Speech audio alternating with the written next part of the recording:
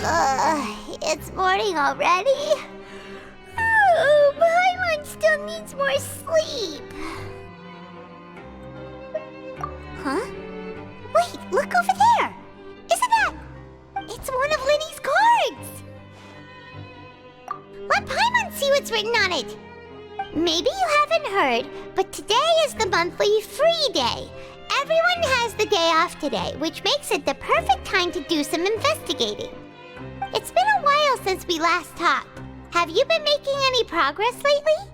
Let's meet at our usual spot in the factory area before lunchtime. I have new information.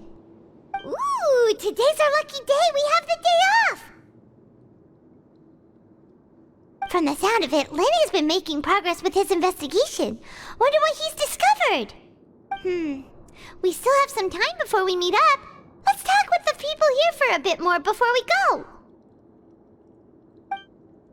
Hey, you over there? Yeah, you! Say, do you like playing card games? You know, like Genius Invocation TCG? You TCG players are like mint in the wild, literally sprouting up everywhere. Hey, come on now. What's wrong with finding fellow Invocation aficionados? Anyway, care to join me for a game? Alright. No pressure. But why would you be looking for people to play Genius Invocation in a place like this? Don't people usually come here to fight? Whether you're throwing down cards or throwing punches, it's all a competition, isn't it? It's all the same in my eyes. There are lots of card players here in the fortress. When I saw you, I immediately thought, hey, even outsiders from other nations play cards, so I came over to say hi. Sure. Great! Since you've been here longer than us, you need to flex your seniority a little bit, right? Maybe you could start by telling us newcomers some stories about this place. I thought you would have already heard everything by now. All right then, did you have anything specific in mind? Or do you want me to just pick a topic? Why don't you pick? We'll let you know if we've heard it already. All right. Have you heard any strange rumors since you've arrived? Then, did you know that there are some people who are always gossiping over in the corner? There are two guys who are always skulking around in the corners of corridors gossiping. The bigger guy is Quisto, and the skinny one is Lavaroon. People call them the Bombshell Bros. I never really found their gossip very mind-blowing. It's pretty much just the same stuff that I hear about when I'm at work every day. If you're interested, you can go talk with them. They tend to talk a lot of nonsense, but they aren't exactly bad. Good to know. Do you have anything else to tell us? Let me think. Sounds like you want to hear something a little more tantalizing. Oh, did you know that the Duke was also a convict in the fortress of Meripede before? Huh? Wait, are you serious? That's right. The Duke was an inmate just like you and me. Seems he was exiled here for committing some crime. Who knows how he ended up rising up to become the warden, though. To go from an ordinary inmate to becoming the manager of the whole place? I'm not gonna lie, I kinda respect that. A forbidden zone? Sounds like something that someone just made up. I've never heard of that. Where did you hear about it? It's just a rumor we've been hearing, but no worries if you've never heard of it. Do you have anything else you can tell us? Anything else? Not that I can think of, but I'll be sure to tell you anything interesting I hear next time. You'll have to play a game of Genius Invocation with me first, though.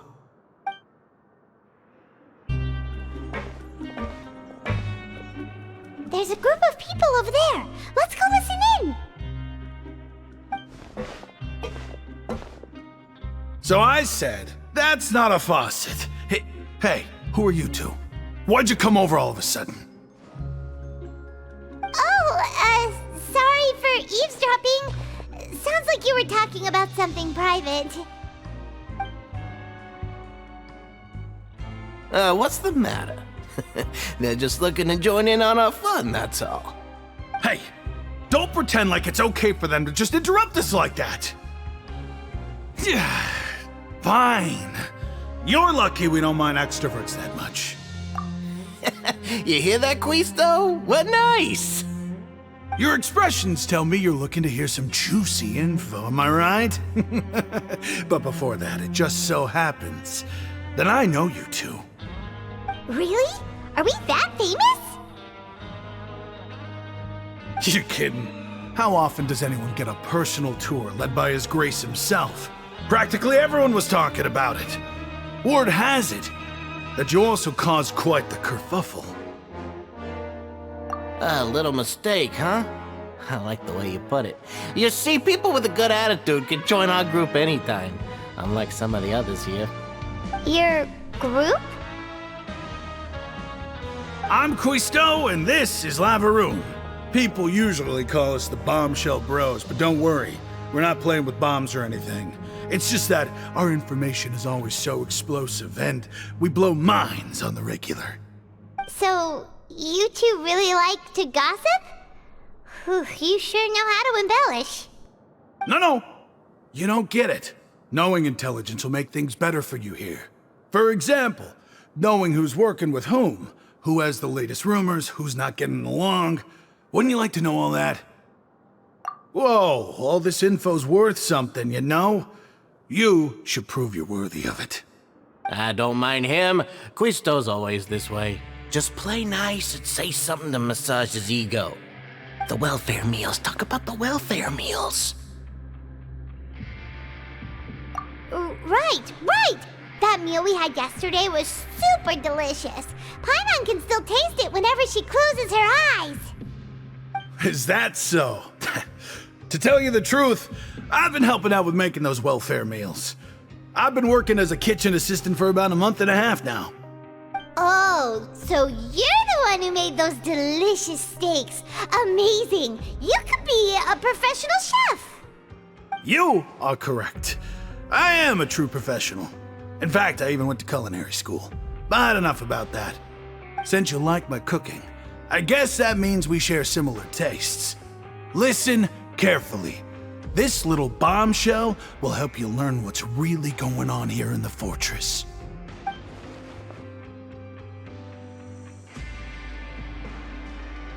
Listen, kids.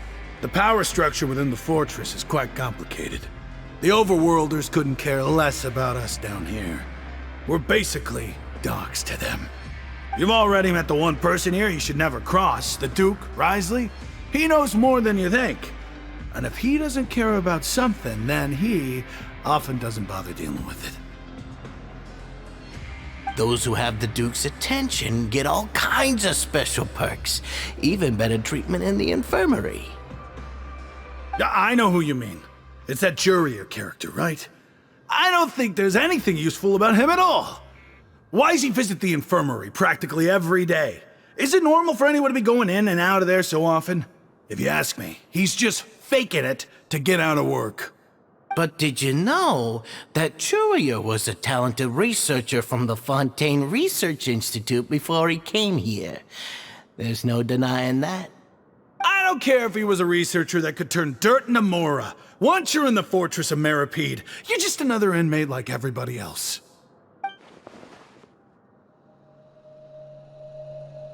Speaking of which, the last time I saw him, he was passing by in the corridor with Lorvine. I also heard they started arguing in the library and got into a fight, right? Guess that's just how terrible of a guy he is. You mean he hit a woman? Wow, I never imagined he was that bad. But that Lorvine's also quite the odd one, you know? She's always gabbing away, got into a fight with a man, and she also got sent to the infirmary. Come to think of it, I always see her going to the sick bay every couple of days, too. Wait a second. You don't think? Do you think could it be that they're secretly meeting there to go on dates? But it's really hard to imagine. After all, I do remember seeing Lorvine beat Jurier to a pulp that one time. And we might be overthinking things.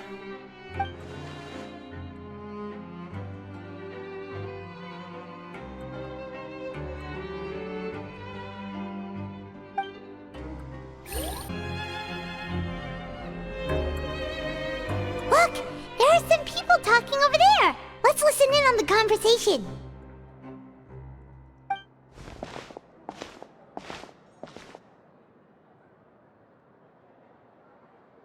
If you ask me, those pompous parasites on the surface act like they're all a bunch of aristocrats. Do any of them give half a hoot about a bunch of dogs like us? Hey, speak for yourself, mate. I'm no dog. Oh, you think you're special or something? If you're here, then you're just a convict like the rest of us. I've heard that even if you're released after serving your sentence, going back to life on the surface ain't any better. Once a criminal, always a criminal. We're marked for life. I don't buy that. Hey, how cool would it be if the whole world was destroyed by a giant flood and everyone had to start over from nothing? What kind of filthy bilgewater are you spewing? I have family up there. You best shut your sewer hole with talk like that. Listen, things ain't so great on the surface, but who says that you have to leave? I've heard that you can still stay here and work even after you've served your sentence. Not bad if you ask me. Who wants to live in the ruddy overworld anyway? And what makes you think they'd want to hire someone like you? That's one of the great mysteries of the universe, how someone as useless as you is so confident. Whoa. Sounds like they're really unhappy about the overworld. Speaking of which, Paimon never heard anyone use the words overworld or underworld when we were living up there. Is it only something the inmates down here say? That's true. Okay, we've talked to just about everyone, and it's about time for us to go meet Linny. According to the card he left us, we should go meet him in the production zone.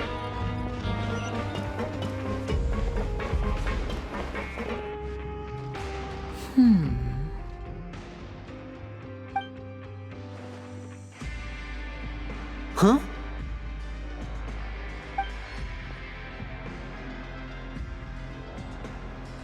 That look in your eyes. You found something? Hey, this is no time to be modest. Just tell him we found a boatload of information. Oh, as expected of the legendary duo, you have my full and undivided attention. Huh. I'd have never guessed that myself. The rumors swirling about this place are unreliable after all, and Master Child probably went missing because he found a way out. He is a harbinger after all.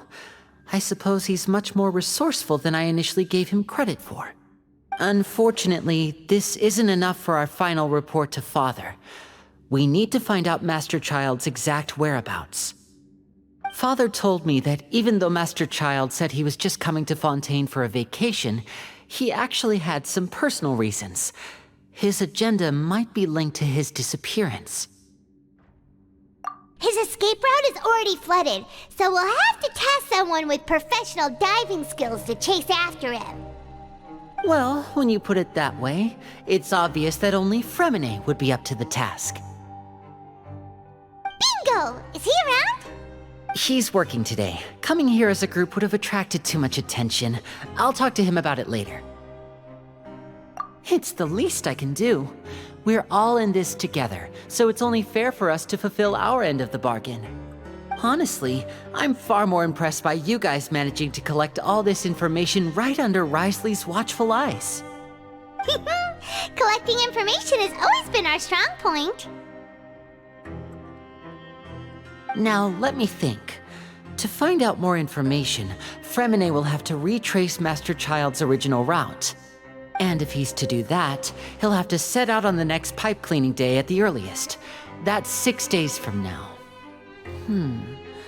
And after that, he'll probably take another 2 or 3 days to return. You can even estimate how long it'll take for him to get back? We've been working together for a long time. We know each other's capabilities like the backs of our hands.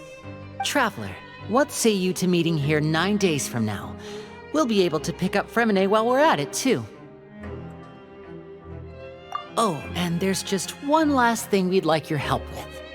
Though we can just sit back and wait for Fremene's report on Master Child's whereabouts, we still need to make more progress on the investigation of the Forbidden Zone. Fremene's no master of disguise, Lynette's still working on getting intel from the other areas, and I'll need to spend some time helping Fremene prepare for his diving mission. So, you are the only ones we can count on. What do you want us to do? Will it be hard? Well, I won't call it easy per se, but I think you'll be able to pull it off. Listen carefully. You'll need to find an excuse to get into the infirmary and investigate the room and environs. You've mentioned several sketchy-looking people always meeting at the infirmary earlier, so it probably has something to do with the secret we're hoping to uncover. You've already met the head nurse, so she'll be less suspicious of you. Investigate the internal structure of the infirmary and any active dealings within, and pass those on to me alongside anything else you're able to discover. But also, there's no need to take risks. Don't forget, safety always comes first. My apologies. I just started rambling out of habit. It was almost as if I was talking to my younger sister. But that's not a bad thing, right? All right, then we'll head out as soon as we finish our prep. Let's go our separate ways for now then. Don't forget, we meet here again in 9 days. Stay safe.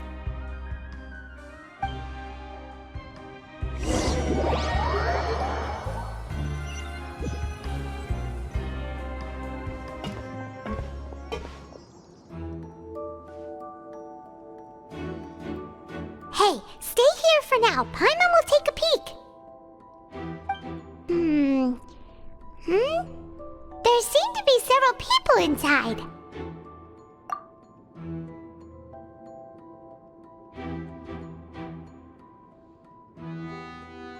Right.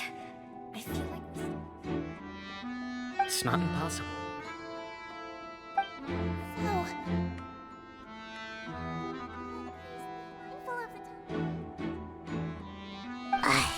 It's a bit hard to understand them from here, so why don't we just try to talk to them in person? Let's go as soon as you're ready.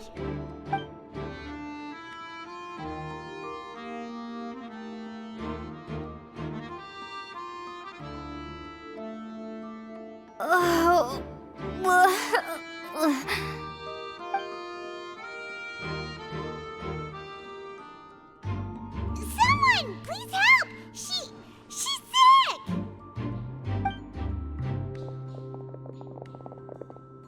Whoa, are you okay? Oh my! What's wrong, little one? There's no need to panic. Take a deep breath before you begin. The traveler started complaining of a stomachache, and then nausea, and then collapsed onto the ground. Paimon doesn't know what to do. Freezing limbs, twitching fingers, and pale complexion. Could it be poison? Let me take a look. Please, lie down over here.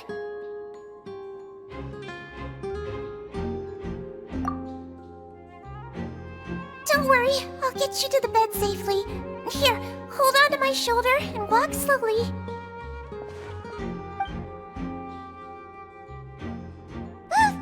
You can do it, traveler.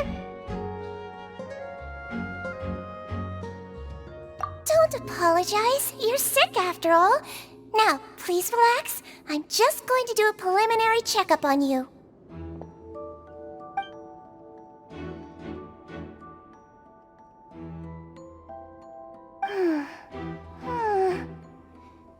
I see now.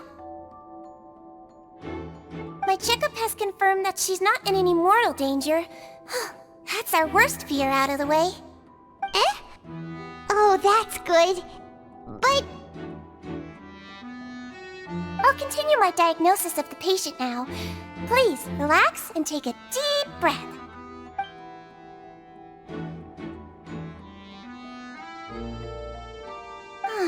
Don't sense serious damage to your organs either.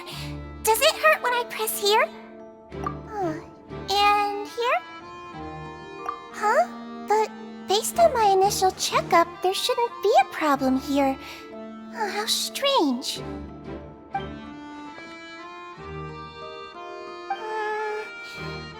What about here?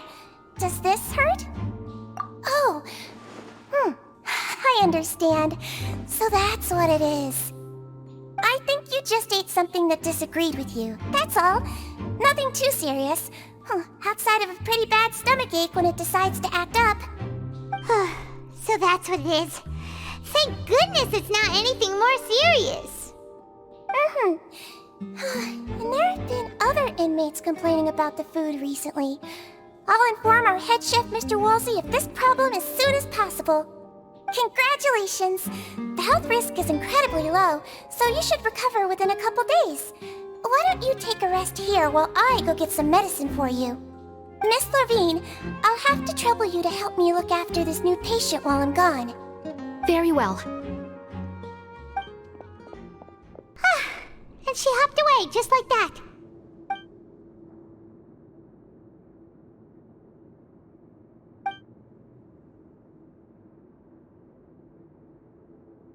Hello. So how are you feeling now?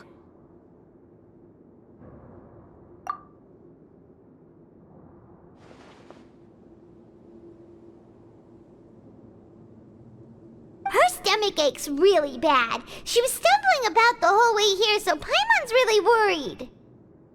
If Miss Sijuin says it's not a serious problem, then there's no need to worry. She's the best medic we've got down here. But it also looks like she's the only medic you've got down here. Well, that's true. What do you mean, that's true? That's really misrepresenting the situation. Of course I can't speak for the whole fortress, but it's not like everyone imprisoned here is useless, you know?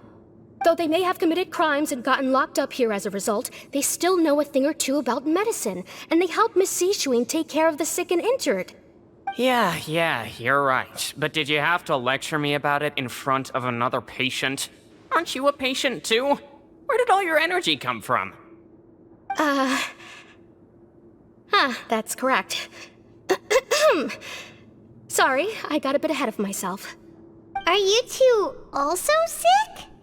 We've been sick a while.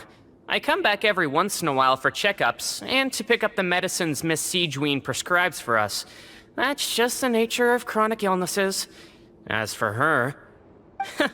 you could say she fancies herself as Miss Sijuin's capable helper because she learned a bit of medical knowledge ages ago.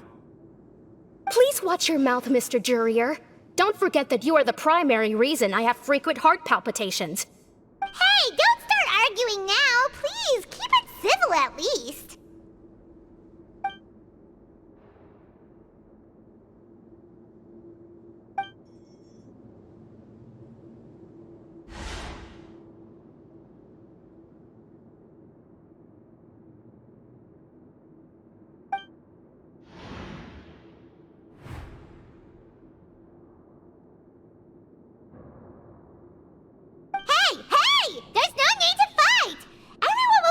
Someday, so there's no need to argue over silly things like this.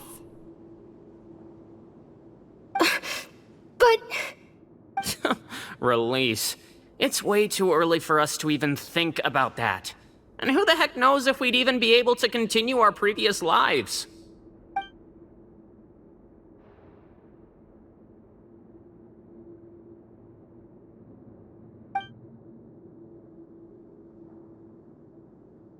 Please allow me to end this boring and useless conversation.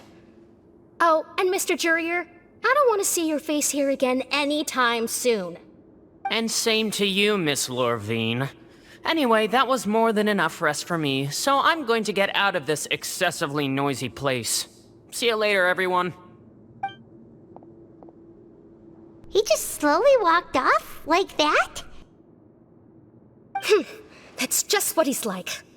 I'm sorry you had to see all of that. I'm Lorvine, and that's...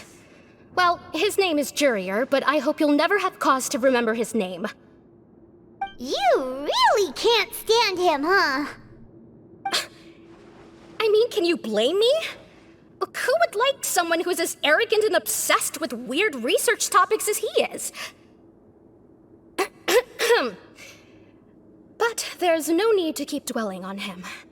I'll accompany you two for a while. Miss Sijuin should be back soon, and I'm sure you'll feel better as soon as you've had some of her medicine. No, it's nothing. I'm back! Did you rest like you promised?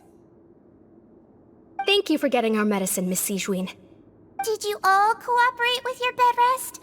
I trust that nobody got up to walk around. Good.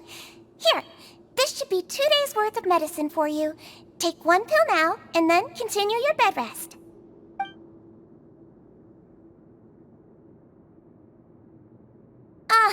Miss Levine, I left in a bit of a hurry just now. Do you still remember if we discussed the color of the pill that you should be taking today? I remember. You said it should be yellow.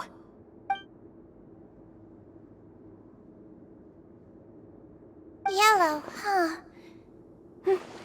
I understand. These are yours. Please, make sure to go to bed early after taking them tonight.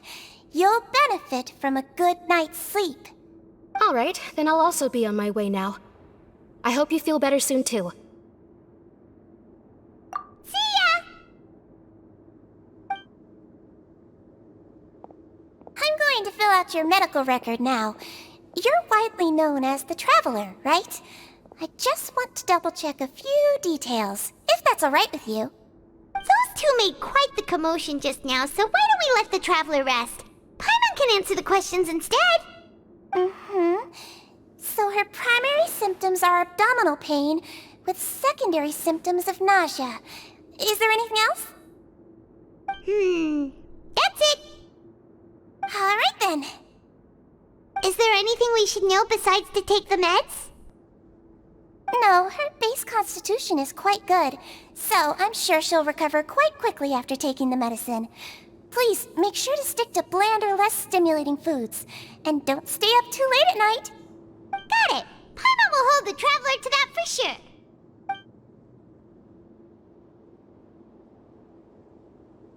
Oh, you're going to take a nap already? Okay then, you get some rest.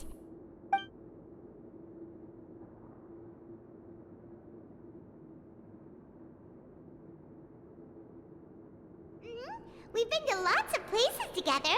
She may look a bit under the weather now, but she's actually super strong.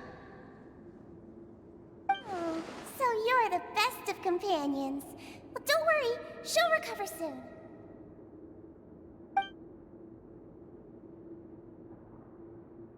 Ah, you're awake. How do you feel? You slept for a really long time, but we never left. Well, now you can go back without a worry in the world. Remember to take your meds regularly, and remember bland foods. Thank you, Miss Sigewin. You really are something. To be able to fall asleep like that and even sleep talk the entire time, you scared Paimon half to death. No, but you kept mumbling things along the lines of, Pyron, go take my grilled fish and put down the Adeptus Temptation now. Paimon talked with Sigewin the entire time you were asleep. She seems like she's just a sincere nurse, and Paimon didn't notice anything unusual in the room. Are you sure we're not going off track with the infirmary?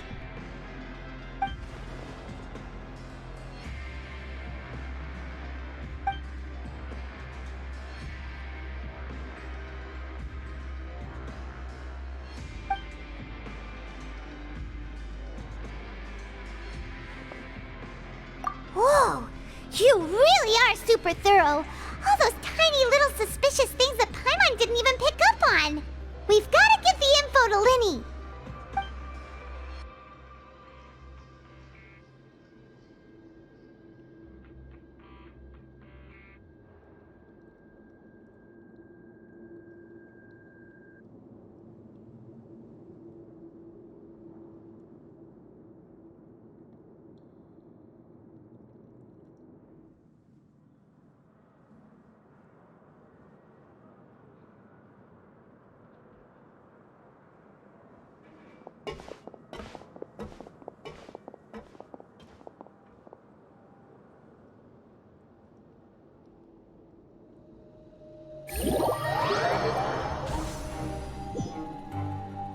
Today's the day! Let's go meet up with Linny!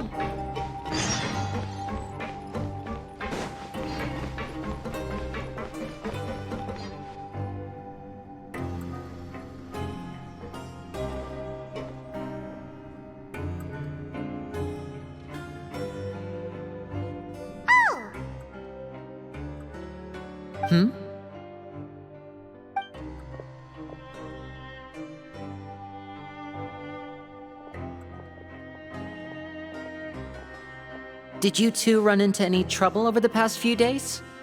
No, we just worked our shifts according to the schedule. Nothing weird happened. That's good. That means you didn't raise any suspicions when you infiltrated the infirmary. We've taken a look at the slip you've sent. Fremine successfully left the grounds via the pipes 2 days ago, and as of last night, Lynette has also infiltrated the infirmary after faking an illness. Wait, why is she getting involved as well? You already went above and beyond when you scoped out the infirmary. To put it more bluntly, even if we were to view that as something you did in exchange for Fremine's help, you've already done more than enough. Infiltrating a guarded stronghold is a different kind of job from a one-off investigation. We want to avoid using the same faces over and over and reduce the amount of suspicion that will fall on any given person. Lynette also felt like you have already taken the first step for us, so she should be the one to finish the job. So that's what Lynette thinks. Oh, Paimon hopes everything's going well for her. Then, let's go check on Lynette before Fremine returns. If everything went well, then she should be wrapping up her investigation right about now. Is now really a good time to go over? According to my observations, Sijuin always spends around half an hour away from the infirmary right before lunch. Lynette knows this as well, so this should be a good time to meet up with her. Also, I'm her brother, remember? It's only natural for an older brother to care about his younger sister's well-being. Okay, then let's head over right away! Lynette should be here right now. Huh. Strange. Lynette? As expected, Sijuin isn't here, but why isn't Lynette here? No, Lynette rarely deviates from the plan. We agreed that if she were to make changes on the fly, she'd find a way to let me know. Unless... Let's see if there are any clues around here. We can look while we wait for her. Who knows? Maybe she'll be back soon. Okay.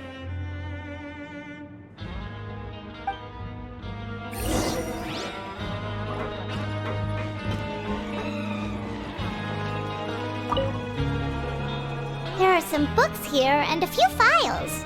They all look like medical records. Advanced nursing, how to raise the spirit of your patients, a quick guide to the psychology of emotions, and the meaning of laughter. These sure are some interesting books. Who knew Sijuin would be interested in these kinds of things? She even has books on understanding people's motivations and feelings. Is it because she's a Melusine? Or does she have a need to understand her patient's emotional state? Seems quite normal to me. These are skills that would come in handy for a nurse from time to time.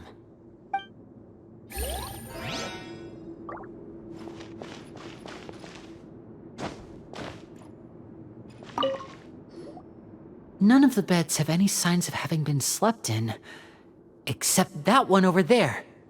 That's the one Lynette must have used, right? You said she was pretending to be sick. She would have said her migraine was having a particularly bad flare-up. Generally speaking, the head nurse would then ask her to lie down and rest while she left to retrieve the medication. Which means either the head nurse didn't return the entire time from when Lynette laid down up until she left the bed, or the nurse intentionally left it this way.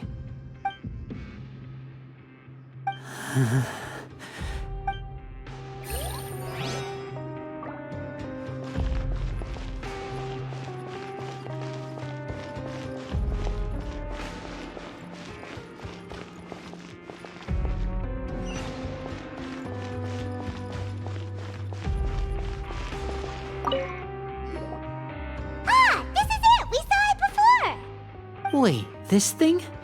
It doesn't look like it's been disguised that well.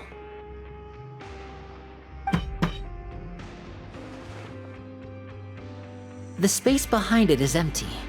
From its size, I don't think it's an entrance that is meant to be taken apart. There's probably a mechanism around here somewhere. Could Lynette have tried to get inside? But if that's the case, she would have contacted me for sure.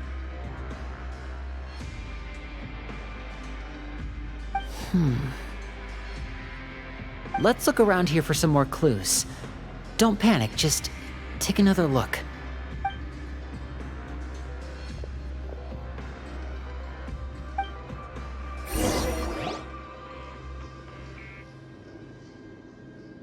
Hey, you guys, there's a slip of paper over here! A slip of paper? It's right over here, and there's a bunch written on it too. It reads, "Out of respect for your usual practices, I'll use a piece of paper or card as the medium to pass on my message. You may consider this as me giving you my best regards." This is... Is that all? The back. This is... Show me! Now! That look on your face. Paimon's reading it now. Would you care to guess where Miss Lynette of the Fatui could be right now? No. Could she have... Is she already... Writhely. Did he deliberately leave the infirmary unguarded to use it as bait? Wait, you mean he was aware of our goals from the very beginning? But why? We didn't run into any trouble last time, and he also never reached out to us since. Yes, that is a crucial question. Writhely, he doesn't do anything without a clear goal or reason. So this means he had no concerns about your activities from the very beginning. You're not from the same camp as us. You were sent down here by Nervulet, so you have no conflict of interest with Writhely. We're a completely different story, though. I'd like to know that, too. Why did he only go after her? Don't panic, just think everything over. I have to stay calm. This is not like what happened last time. The situation's different now.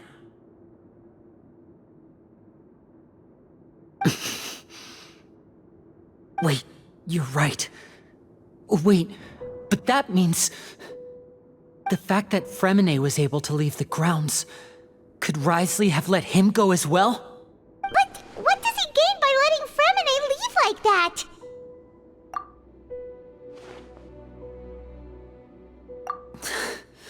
So he's challenging me and trying to provoke me, I'm sure of it.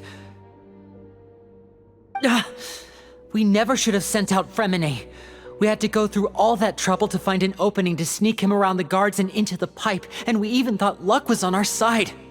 If Writhely let him leave on purpose, then he's probably in a terrible spot now as well. Lenny's getting more and more panicked. We have to calm him down. Don't be like this, Lenny. Fremine wouldn't have left if we hadn't told you about Child. That was our fault. No, I'm the leader of this operation, and I'm the one responsible for this team. I was the one who failed to protect them. I'll go talk to Writhely. Hey, don't be reckless! Traveler, please talk some sense into him. I simply cannot allow Lynette to be abducted again. I have to go. I'll find a way to get them back. He's rushed out the door! After him!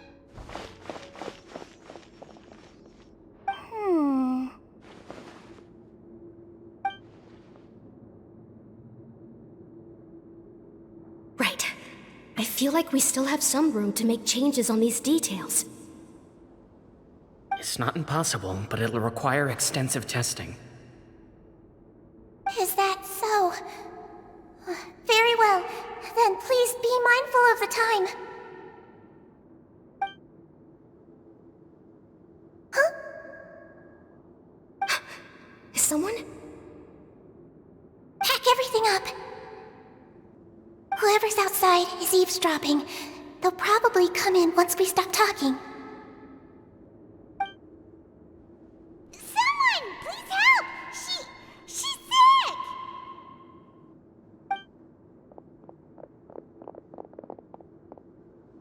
Are you okay? These two. As expected, they've already found this place. Oh, they are quite sharp. What a delightful turn of events. I like smart people, but I also like playing dumb. I like the feeling of being trusted. Oh my! What's wrong, little one? There's no need to panic. Take a deep breath before you begin. Being able to read human expressions is quite the useful skill. Wait! It's no use. We have to catch up to him.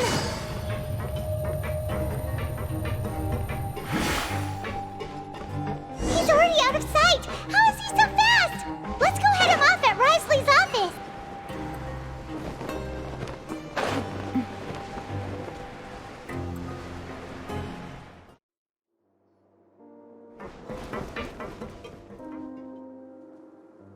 Come out and face me, Risley! Aren't we at an administrative office space? Why don't you at least try to follow even a couple rules from the fortress's indoor management regulations? What did you do to my sister? I ran into the young miss at the infirmary. I'd heard that she was suffering from quite the migraine, so I decided to invite her over for a cup of tea. I do have some teas in my collection that can work wonders against such an illness. Stop joking around! Where did you take my siblings? I have also heard that your performances are quite the spectacle. Miss Lynette would sometimes enter a box filled with water, only to emerge the next second from another place altogether. Maybe she'll appear behind you right now if you were to turn your head. Is he trying to trick me into turning my head? No, he's probably not looking to attack me right now. All of the hostages are in his hands, and he's even in the mood for small talk. That means Lynette is probably still alive. You knew we were investigating the infirmary from the start, so you deliberately aroused the traveler's suspicions and baited us into continuing our investigation, just so that you'd be able to kidnap Lynette. As for Fremine, no, you probably didn't even interfere with Child's escape. You let him go, so you could purge the Fatui members that we had planted into your ranks. There was no need to do so. The fortress of Meripede is a pretty pleasant place. Most people enjoy their lives here. The only ones who act differently are those with personal agendas. It was quite easy to identify your colleagues. You removed our original members and spread the news of Child's escape so Father would assign our team to come down and investigate. Fremine has also fallen into your hands, right? If you're oh so omnipotent and so in control, why would you need hostages? One correction. Lynette is in my hands right now, but Fremine is not. He's not? What do you really want? Lenny! Oh, wonderful. Everyone is here, so I'll only need to say this once. Thank you so much for cooperating with me. Eager and to the point, I see.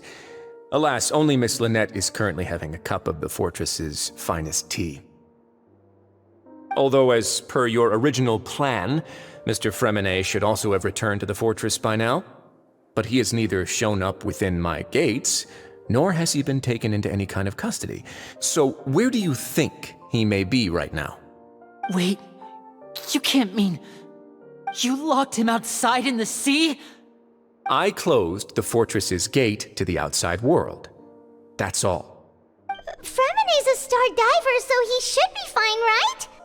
No, we're still here, so he'd definitely try to find a way to come back for us. So we can't assume he might have made a break for the surface. But why would I do this, you may be asking? To have an audience with you, of course.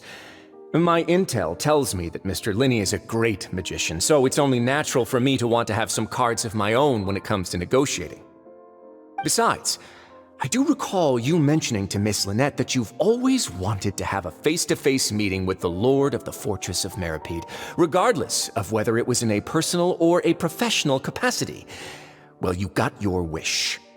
So, you've been keeping tabs on us before we even set foot in the fortress. Some of my folks just happened to hear a thing or two, that's all. In any case, I will be straight with you. I was willing to play dumb and turn a blind eye, so we had a pleasant few days playing games together here. But once you started focusing on the Forbidden Zone, all of that changed. Mr. Linney, the cards are stacked against you right now. Miss Lynette is in my hands, and Mr. Freminet is still slowly being pickled out there in the brine. You know just as well as I that he cannot last out there forever. You need do but one thing to guarantee their safety. I would like you to contact your superior, and ideally invite her over for a cup of tea with me. You want to see Father? But why should she bother giving you an audience? Well, if she cares for the well-being of her dearest children, she should have plenty of motivation to join me for a parents' evening. I've heard that the bonds between the members of the House of the Hearth are like the bonds of family. I don't see why she would refuse. Why did you think Father sent us to handle the Fortress of Meripede? This place is basically a no-man's land. It wouldn't be fitting for anyone as important as a harbinger like Father to come here in person. Oh, I see. So it's because she doesn't care for my place here. That's such a shame. After all, I've amassed quite the tea collection. I was looking forward to sharing it with her. Both Monsieur Neuvillette and Lady Furina have already received many samples as gifts. Was this the extent of your master plan to get to Father? No matter how much pressure you may put on me, I won't allow you to use us to blackmail her. You people really are difficult to get along with.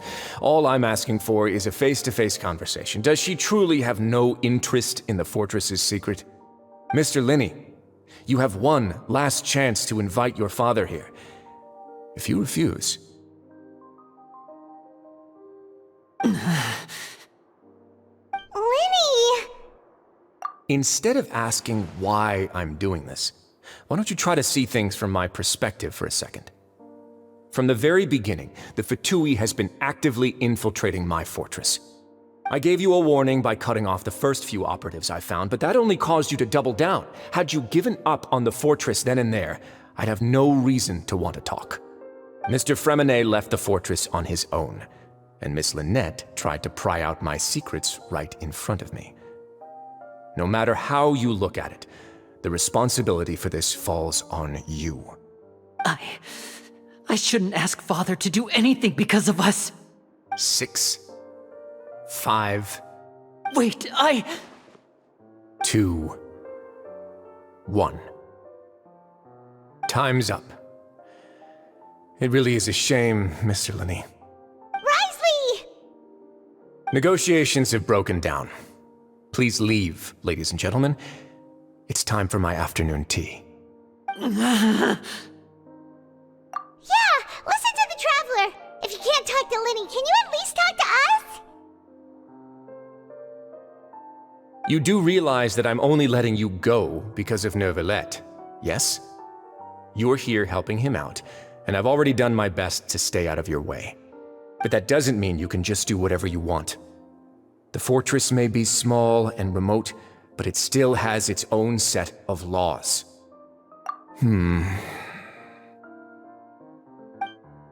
Then how about this? Those who are capable deserve respect. You've spent quite some time investigating my home turf by now, so why don't you tell me a thing or two about what you found, I'll ask you 3 questions. Answer all of them correctly, and I'll agree to your request. Question 1. Regarding the hidden rules of the production zone, what is the truth behind the one about not being allowed to work for 3 days in a row?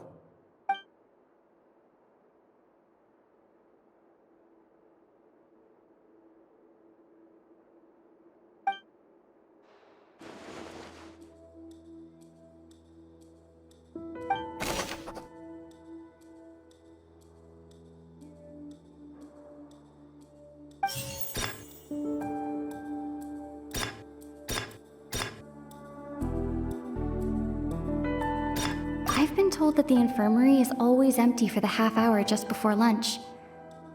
But what could Sigewinne be doing during that time? The Fonta promoter has been struggling because he doesn't recognize the real value of coupons. Meanwhile, the Duke believes that only idiots who don't understand the value of coupons would spend them on Fonta. We often see Miss Sijuin observing the prisoners at work near the production zone. It seems like she can perceive the general state of a person's health just by looking at them.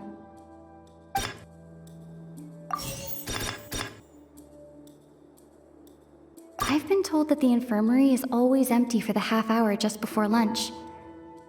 But what could Sijuin be doing during that time? Fonta's internal reports suggest that they're starting a new trial of an unnamed and unpackaged product. But the product has to undergo a trial because even Fonta's own employees have a lot of reservations about it. We often see Miss Sijuin observing the prisoners at work near the production zone. According to Collins, the Pancration tournament only took place because the Fonta company sponsored it. The research note said that the Melusine race perceives the world very differently from humans. Because of that, the Melusines have also developed a sense of aesthetics that appear rather strange. Fonta's internal reports suggest that they're starting a new trial of an unnamed...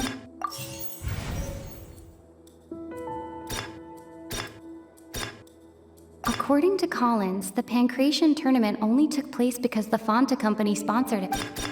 The research note said that the Melusine race perceives the world very differently from humans.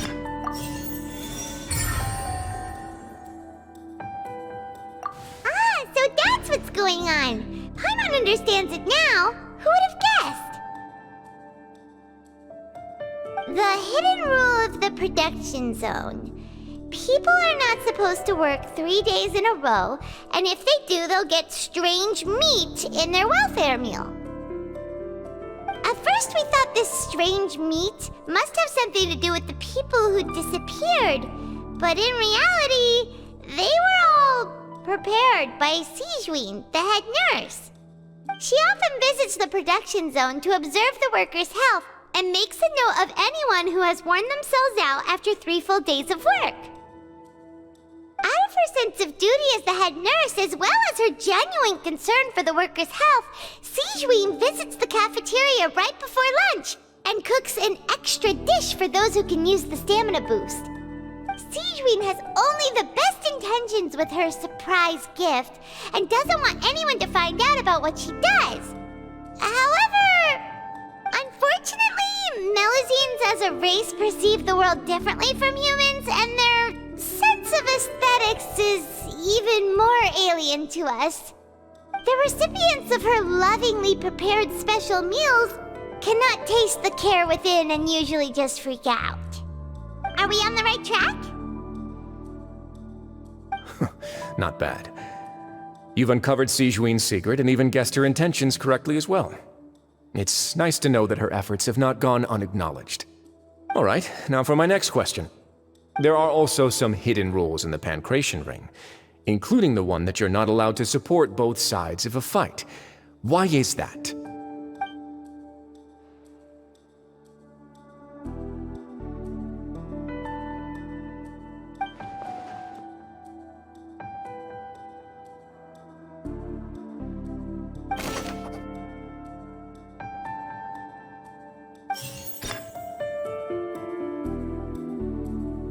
I've been told that the infirmary is always empty for the half hour just... Fonta's internal reports suggest that they're starting a new trial of an unnamed and unpackaged product. But the product... The Fonta promoter has been struggling because he doesn't recognize the real value of coupons. According to Collins, the Pancration tournament only took place...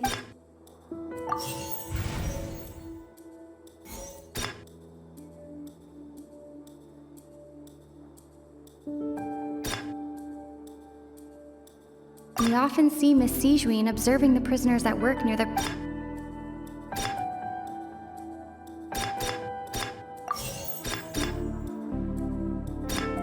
The research note said that the Melusine race... The research note said that the Melusine race perceives the... According to Collins, the Pancration tournament...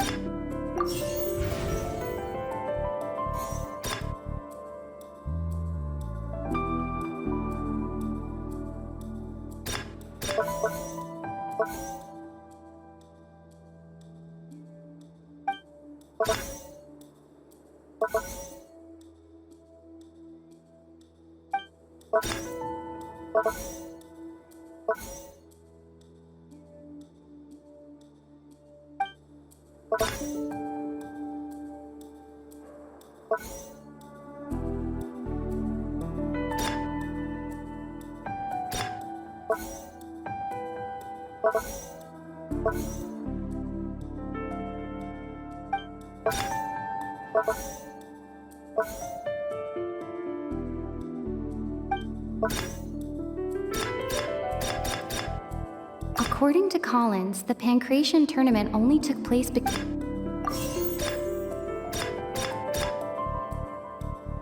Fonta's internal reports suggest that they're starting a new trial of... I've been told that the infirmary is always empty for the half hour. The Fonta promoter has been struggling because he...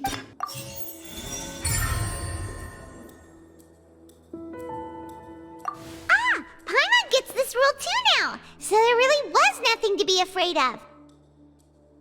That hidden rule of the Pancration ring is about how, people are not supposed to bet on both boxers at the same time. And if they do, they'll receive a package containing a strange, blood-colored liquid. People get scared when they see it because they've subconsciously begun to associate it with the missing boxer. But really, it's just a bottle of the latest yet-to-be-named and packaged new Fonta trial product. A blood-red drink. It's no wonder even Fonta's own staff were questioning the company's decision-making. The company, facing backlash from its own staff, decided to try to trial the product on a smaller scale to see how it might be received by customers. They came to the fortress of Meropide and offered to sponsor the Pancration tournament so they could push their new product. But the Duke completely refused to even entertain the idea.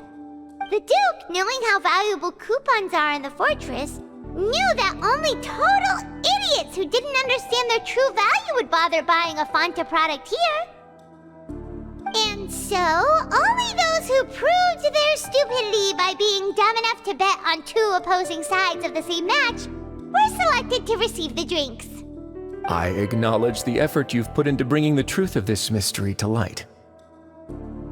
Although, based on your description, that Fonta promoter is a bit too careless with his words, I may just reconsider my collaboration with the company. All right, and here's the final question. What's the secret behind our head nurse and all of her patients in the infirmary? Stop your cruel and pointless games, Risley!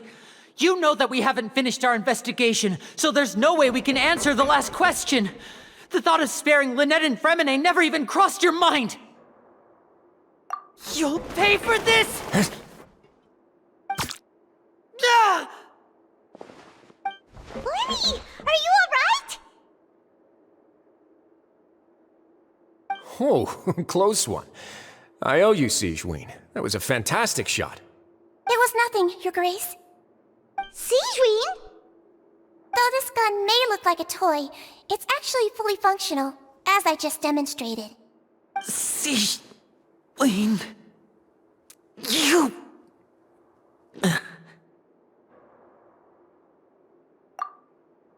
Not at all. I am merely a resident of the fortress, and thus protecting it is my duty. When Monsieur Nervillette asked me to come here, he told me that my job would be to take care of the well-being of everyone here. I am merely discharging my duties. But if you mean what you just said, then isn't Linny someone you should be looking after as well? Isn't he a resident here just like the rest of us? But I really am just doing what Monsieur Nervillette told me to do. Everything I did, I've done to protect them. Had I not, they would be in far more dire straits right now. His Grace knows it too, right? Your Grace? Mind proving my innocence to them? My dear Sigewinne, whatever shall I do with you? Would it have killed you to just wait another minute or two? Well, it's nearly time after all. The way you do things can be truly frustrating sometimes, Your Grace. I figured I should try to talk some sense into you. What are you talking about? What time? Take me if you want. But let them go. How touching. Can you just give me one more minute? Don't be like that, Your Grace. All right, everyone, calm down. 2 more visitors will be arriving any time now. I'll go get a cup of tea. Miss Sigewinne, I leave Miss Lynette in your care. You... What are you doing? I believe I hear footsteps.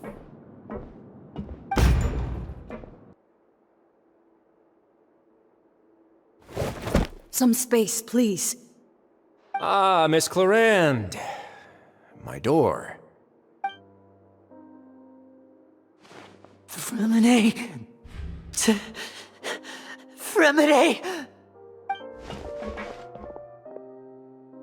What's going on? What is Clarande doing here? Work. I'm sorry about shooting you, Mr. Linney. The tranquilizing effect will begin to wear off soon. Please take it easy in the meantime, though. What happened to Fremine? Wasn't he diving just outside of the fortress? Why is he looking like this?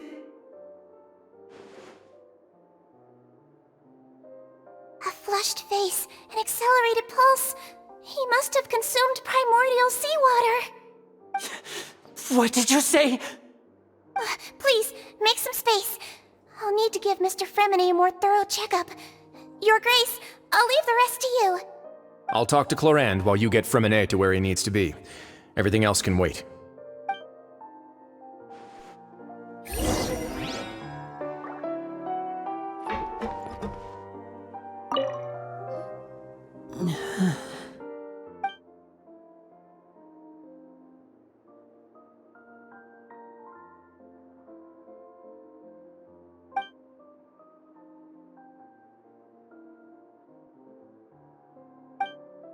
How is he? These symptoms are probably caused by an acute ingestion of a large amount of primordial seawater. Still, his condition is not critical. Of course, it would be best if he stayed for further observation. Let's leave him here for now, and move him to the infirmary once he's recovered a bit more. Sorry. I am aware that the infirmary may not be your favorite place in the world at the moment. We do only have a single clinic in the fortress, however. Why would he ingest a large amount of primordial seawater after leaving the fortress? How could that possibly happen? Please, look after Mr. Fremine for the moment. I'll go fetch some medicine and a respirator. Oh, I'll bring Miss Lynette back with me. Where is she? How is she right now? Oh, she just took a nap in an empty room after I tranquilized her. If my calculations are correct, she should also be waking up right around now. You might not believe me, but His Grace and I actually made some snacks and tea for her.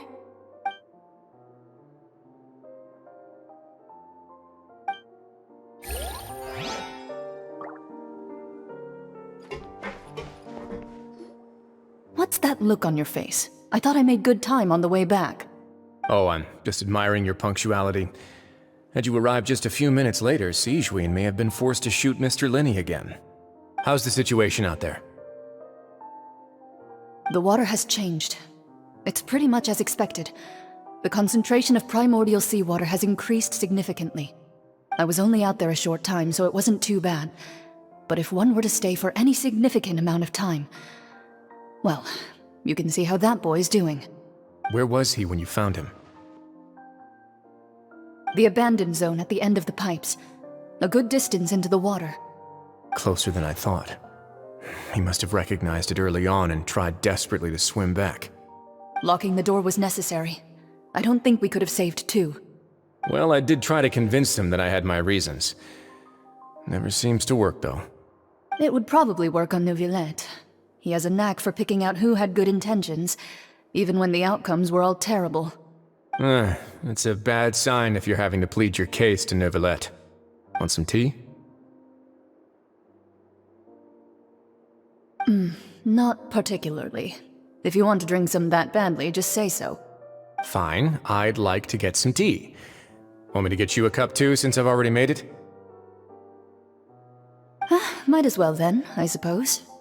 Actually, do you have a towel? I would like to dry my hair.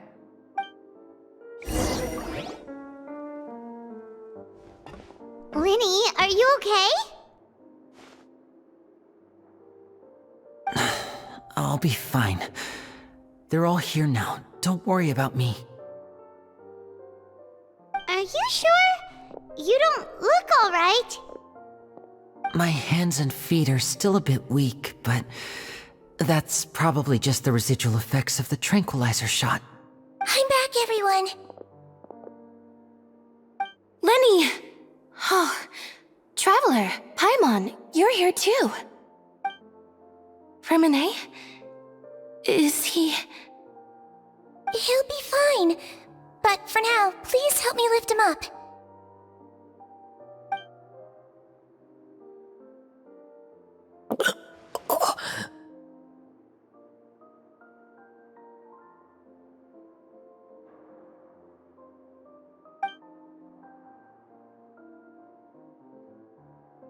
His breathing's beginning to slow down. Give me a hand and help me get him to the infirmary.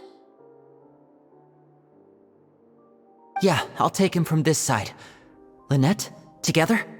On it. Traveler, you seem pretty worried about him. Want to come with us? The Duke and Clarande are gone. They probably went to get some tea. The Duke will explain the truth in just a bit. Miss Clarande will need a break, since she only just returned from rescuing Freminet out of the sea.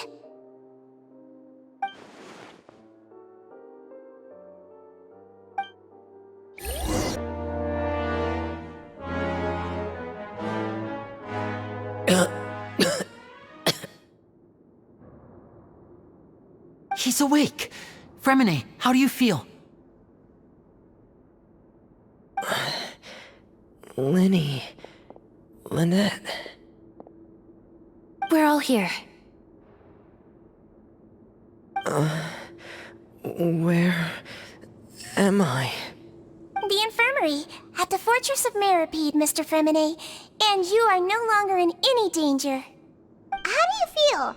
Don't push yourself if you're not feeling up to it. Traveler... Paimon... It's been so long. The sea! There's something wrong with the seawater. Shh, it's okay. We can talk about it after you've recovered. No, listen to me. This is really serious. There's primordial seawater mixed into the regular seawater. I don't know why it's there, but no one should touch it. Pipes... Right, the pipes. It's all coming back to me now.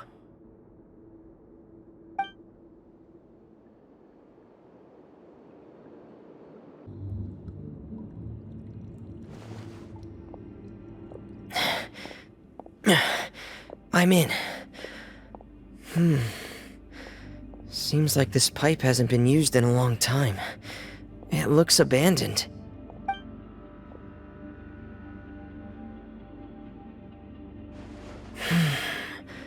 Where could Master Child be?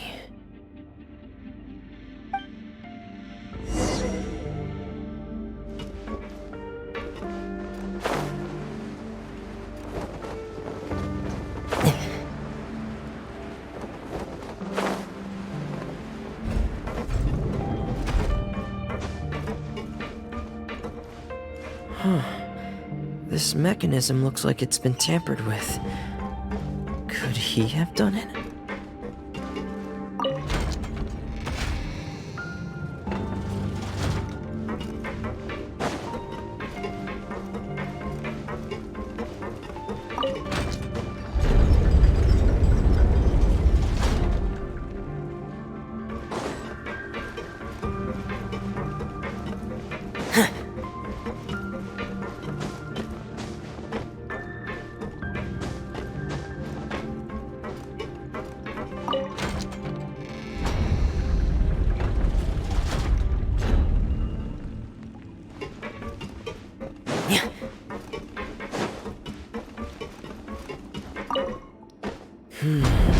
it's getting stuck on something. Seems like I'll have to avoid those obstacles while I turn it.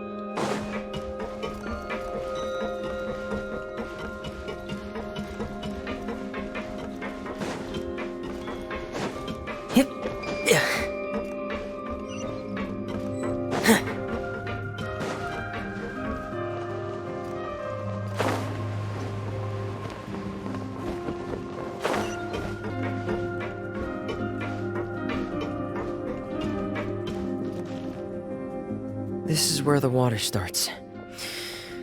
Okay. Master Child probably dived into the water. I'll go take a look as well.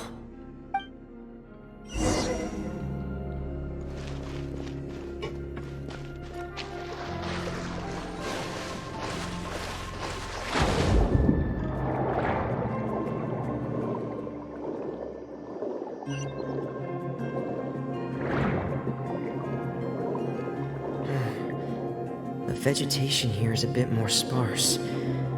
These traces aren't natural. A person must have left them, and recently. I should be going in the right direction. There are traces here too. I need to keep going. Huh? The traces are gone. But I don't see where he could have gone from here. Wait. What the...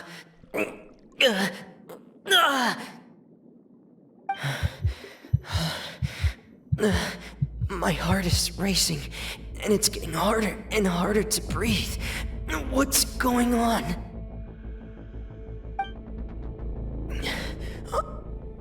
No good. I have to get back. They still don't know anything about what's going on. If I turn back right now, I should still be able to make it.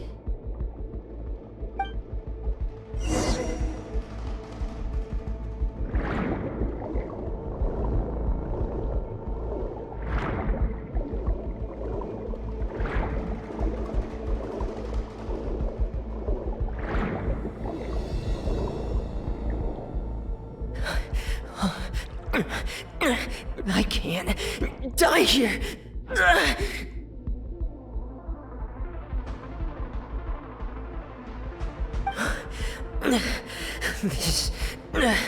This is bad.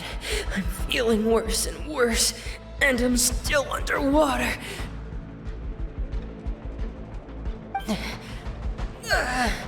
I have to push on.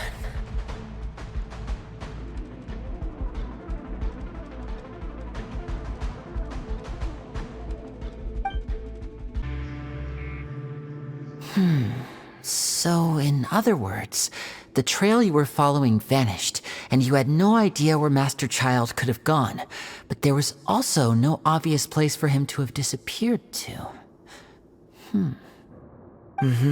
That's right. I tried my best to swim back, but I had already put some distance between myself and the fortress, and I just couldn't find the strength to keep going. I probably passed out some time after that. And you know the rest. Miss Clarande brought you back, but we also don't know why she just suddenly appeared at the fortress, or why she went out to save you. Miss Clarande, you say? I must go thank her in person. You're still too weak for Monet. You can go after you've had some more rest. Miss Lynette is right. I believe Miss Clarande will stay here as a guest for another few days, so there's no need to hurry. A guest? Then I can assume Risley was the one who invited her to come down here? You should ask His Grace about that. He'll be able to explain better than me. Yeah, it's about time he actually told us what's going on. Wanna come with us, Lenny? No, please go on without me. I don't want to leave just yet. Lenny. The logical part of my brain is aware that we're safe right now, but I still can't bring myself to leave. Both of you are just in danger. Understood. Then let's just sit together for a while. In that case, I'll leave the infirmary to you. The Traveler and I are going to head out for now. As long as you stay in here, I don't think you'll be disturbed. Thank you.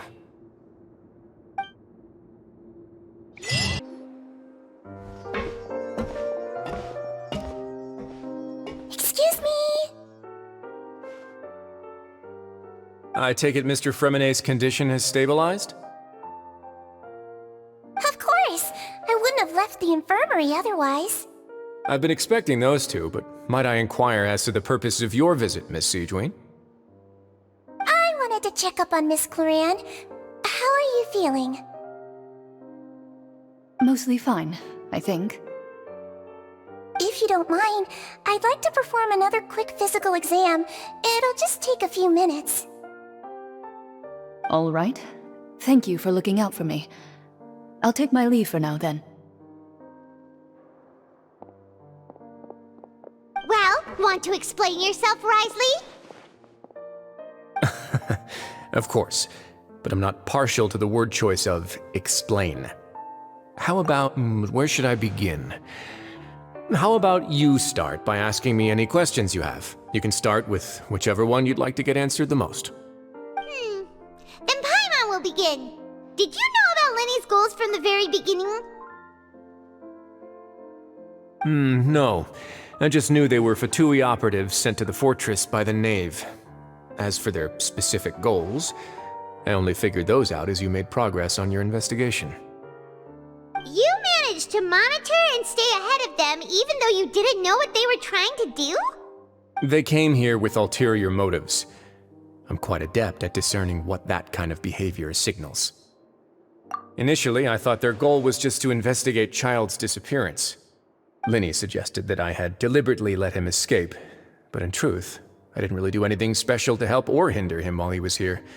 Everything he did, from finding helpers to leaving this place, he did on his own. Of course, it's inevitable that the Knave would make a big deal out of her fellow Harbinger's unexplained disappearance.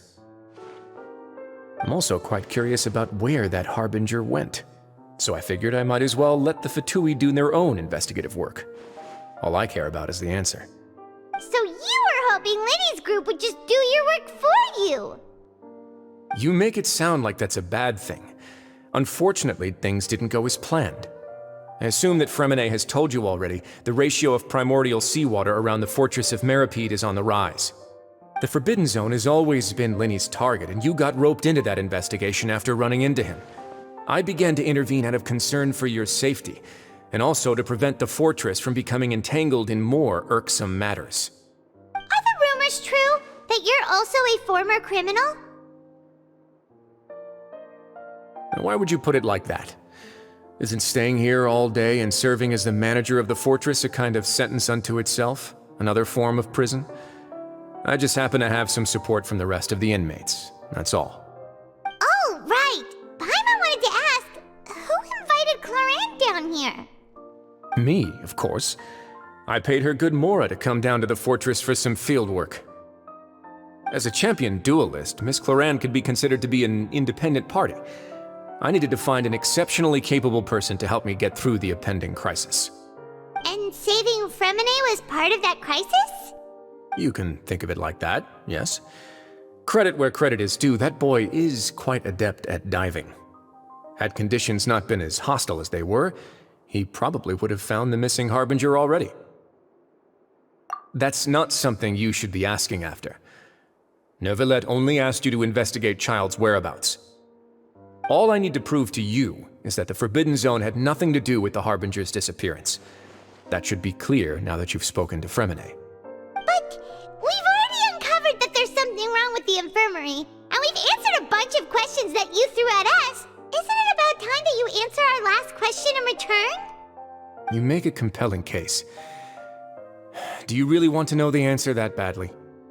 Yeah, Paimon really wants to know! Even if the truth may not be pleasant? Follow me.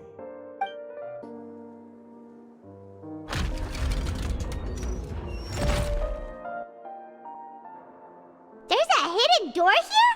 And a whole basement behind it? Huh. You're pretty good at hiding stuff, Risley. It seems you've forgotten just what kind of place the Fortress of Meripede is.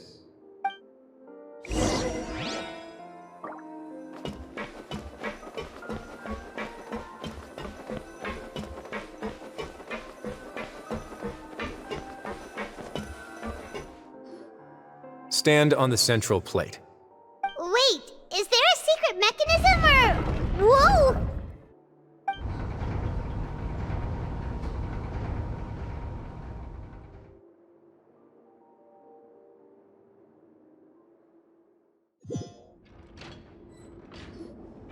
So, this is the Forbidden Zone?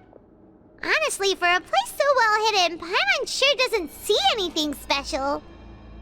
What a huge door! There are 3 such isolation gates in total. Generally speaking, I'm the only one who's allowed to go inside. Hence the name Forbidden Zone. Am I correct to assume you're going to run on back and tell your little Fatui friends everything? Well, Paimon wasn't thinking of keeping anything from them. Well, I'd advise you wait until you've seen the whole truth of this place for yourself before deciding whether or not to tell them.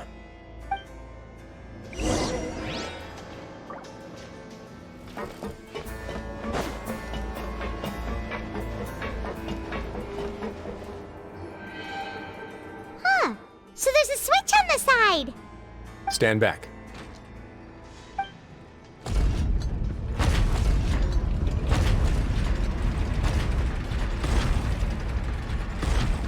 Whoa! They all just went up one by one! Go on, have a look.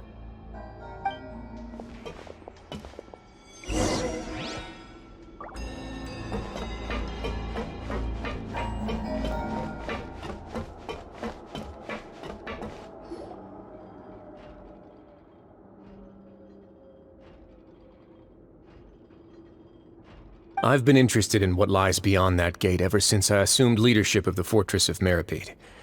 Of course, it would be unwise to recklessly open it, but it'd also be risky and negligent to simply ignore any potential danger that could be behind it.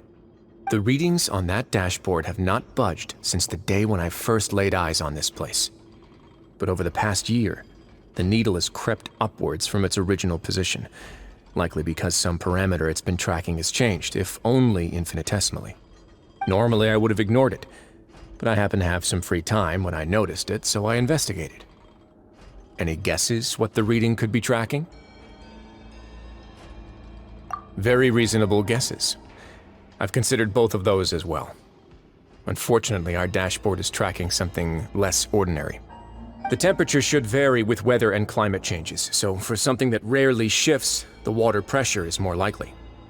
We ran a few tests to increase the pressure from the outside, but the readings didn't change at all. Later on, a few more possibilities occurred to me, such as a potential connection with the primordial sea. I began to make a few preparations based on that hypothesis. Over the past few days, the needle has moved again. With that, and the symptoms that Fremine displayed after leaving the fortress, I can now confidently conclude that the readings represent the concentration of primordial seawater in the seawater nearby. The concentration of primordial seawater? But we're already under the sea! And that is precisely the problem. We're at the bottom of the sea, and now we're surrounded by toxic seawater. Somehow, primordial seawater got mixed in, and the concentration is steadily rising. Yes, that's very likely. But forget about the two of us!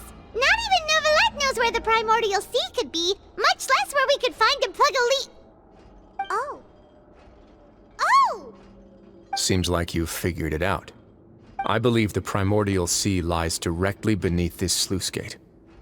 For some reason, the primordial seawater levels have risen significantly, and it's now very close to us. The indicators are now red. Although the gate still stands, some primordial seawater has already leaked out and mixed into the sea around us. If this continues,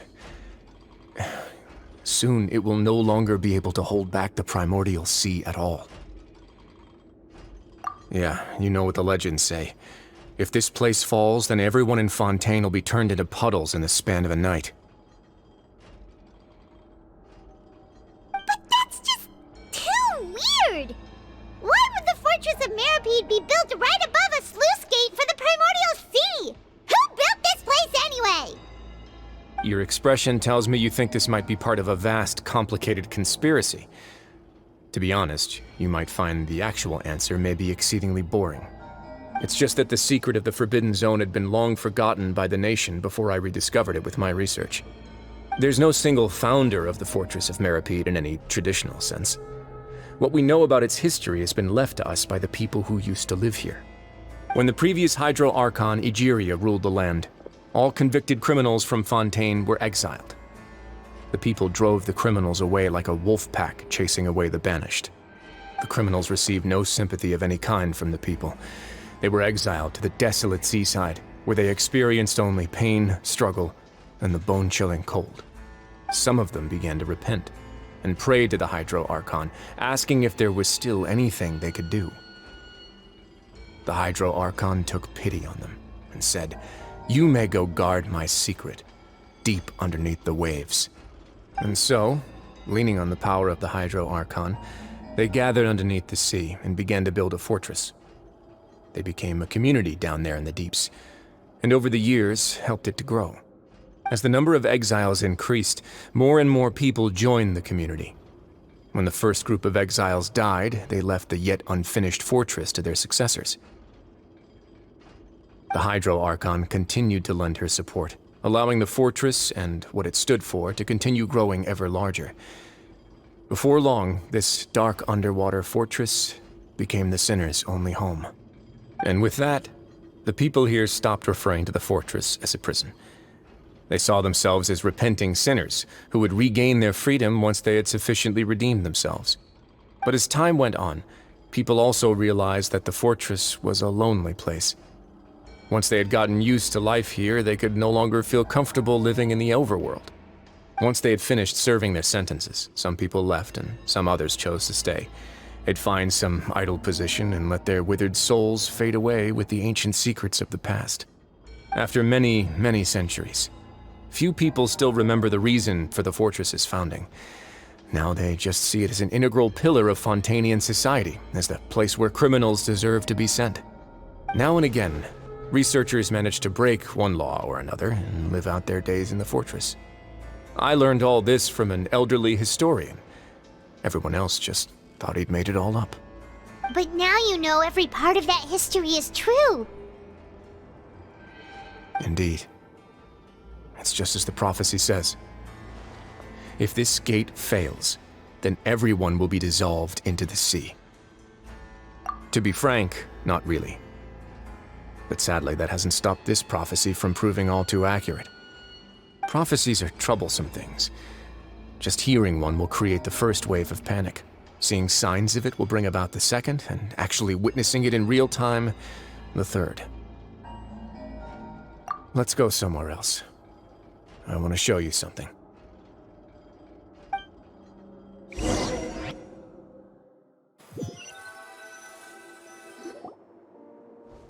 This is it. Your Grace, perfect timing. The results from our last round of experiments have... Wait, Jurier, he's not alone! Huh? Lorvine and Jurier? No need to panic, you two. I've already told them about our plan. What? After you warned us not to tell a single soul about any of this? I'm skeptical as well. Are you sure they are trustworthy? The results speak for themselves, don't they? These two may already know more than you could ever imagine.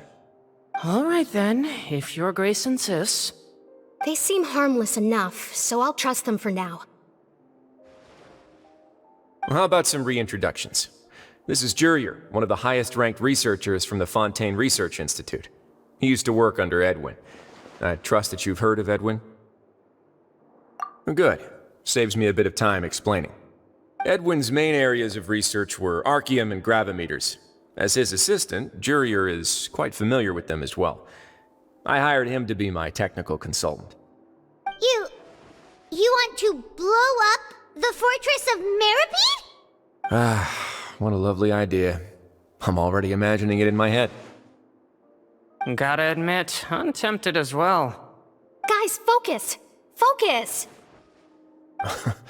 That taskmaster over there is Miss Lorvine, and is also one of my technical consultants.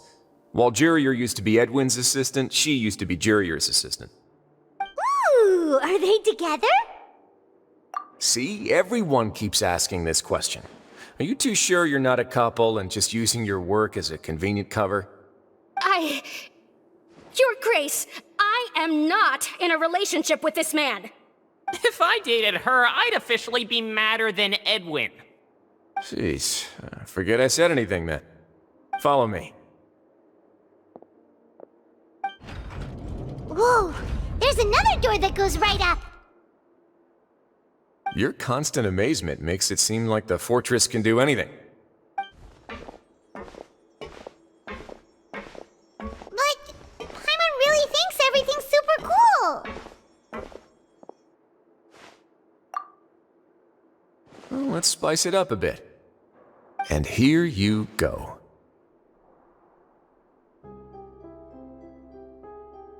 What a huge ship! This is also a production zone that Paimon's never seen before. What's going on?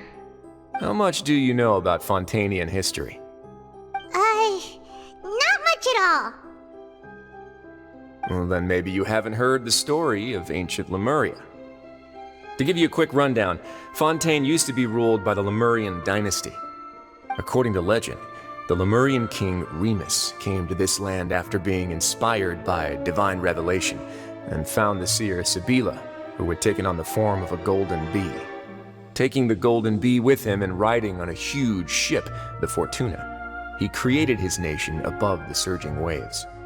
He called his nation Lemuria, and used the Fortuna to incessantly search for new tribes and islands, calling on them to join his empire. There's a ship in this story too? Where there's water, there'll be ships. People believe that hope can always be found at the end of a voyage. Do you believe that too? To a point, I think. As you've already seen, I have a whole factory's worth of labor, materials, and technology at my disposal. Certainly can't hurt to give it a try. So the moment I began to speculate that the primordial sea might lie underneath the gate, I also began this project. Were you inspired by the legendary Fortuna? Maybe. Fontanians need something to hold on to cope with the impending disaster. Were the workers to find out the truth behind this ship, riots would destroy the fortress faster than any catastrophe. As the fortress's administrator, I'd never make such a reckless call. Alright, that's enough talking for now. I'll need another 3 cups of tea to soothe my throat. Do you have any other questions? Seems like you're good. Come on, I'll take you back. I'll leave you here for now. Oh, thank you so much.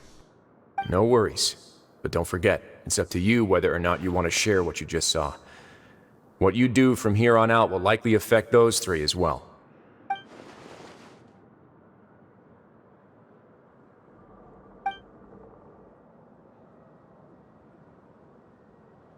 Yeah, we'll put a lot of thought into it for sure. Great. I look forward to what happens next. We're back! Welcome back. Do you want a cup of tea? How can you be so much like Risley, always drinking tea? Huh. Actually, now that you mention it, I just remembered something now. While I was sedated, I could still barely hear 2 people talking next to me. They were discussing everything, from the leaves, to the water, and even the teacups themselves. Must have been Risley and Sejuin. Yeah, I heard 1 male voice and 1 female, so it should have been the 2 of them. They really were just talking about brewing tea. I really can't make sense of this place. So, Traveler, Paimon, were you able to learn anything from Wriothesley? Yeah, he explained everything. Very well. Then, would you mind checking your answers against my speculations? Yeah, I took the time to rest, so I'm feeling a lot more relaxed now. Nobody else is around, and Miss Sijwin is also busy with something or other, so let's just talk here. All right, then I'll posit my theories. I asked myself 3 questions. Firstly, why was Fremine affected by the primordial seawater? It was because he dove into the sea. My theory is, the long-lost primordial sea is probably very close to the fortress of Meripede. Ooh, he's good. He got that right on the first try. That's our Linny. Secondly, Wriothesley's attitude changed dramatically during the course of our stay here. He ignored us completely at first, then suddenly roadblocked us. Why? I spent quite a long time thinking about this. If he has been monitoring the Fatui since the very beginning, he probably ignored us at first because he was hoping we could find Master Child for him.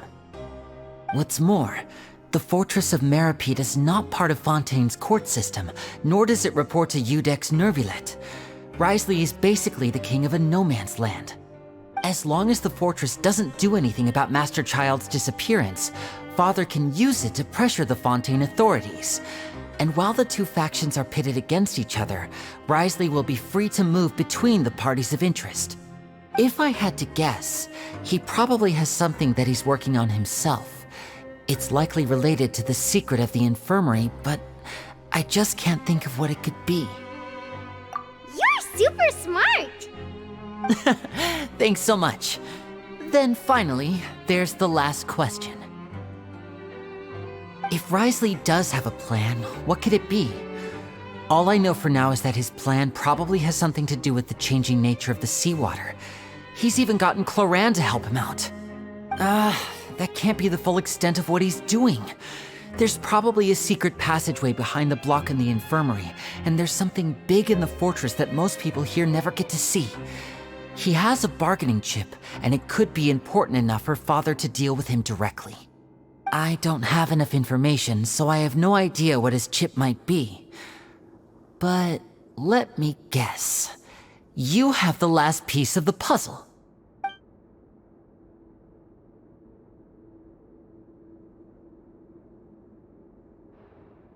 I can't believe it. The sea will engulf everyone, just like the prophecy said. Could Wriothesley have wanted to meet Father to figure out a way to deal with this crisis? If you remember, I once mentioned that Father sees the House of the Hearth as her base of operations, and she truly wants to resolve the crisis. But how could Wriothesley have known that? Or perhaps he didn't know, and just wanted to bring Father over to his side? Which could be why he said he just wanted to negotiate. Yeah, that makes sense to me. I understand your concerns as well, Traveler. I'll figure out a way to pass this on to our father. No matter what, we're on your side. The 2 of you have already aided us far too much. We probably wouldn't be standing here right now if not for you. If you ever need anything else going forward, please come to the House of the Hearth at any time. Though you may not share the sentiment, after all that we've gone through together, the 3 of us basically see you as family now. You have my gratitude. Thank you for protecting Linny when it really mattered. And thank you for sharing the secrets of the fortress with us. We didn't think you were going to do it. Why are you being so formal all of a sudden?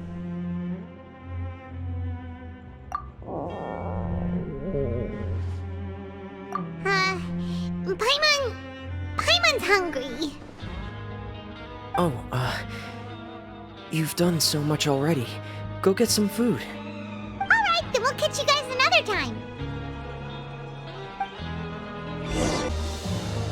It's time for dinner. Welfare meals now being served in the coupon cafeteria. Come on, let's go pick up ours as well. Traveler and Paimon, over here. Are you here for dinner too, Miss Sijween? Mm-hmm. And I'm taking the opportunity to prepare Miss Cloran's dinner as well. Huh. You're right. She's actually sitting in the fortress cafeteria. What would you like to eat? Yep, you can. I've already talked to our chef, Mr. Wolsey. It's all on me today, so you can get whatever you'd like. Me too! Don't forget Paimon! No problem. Just leave it to me.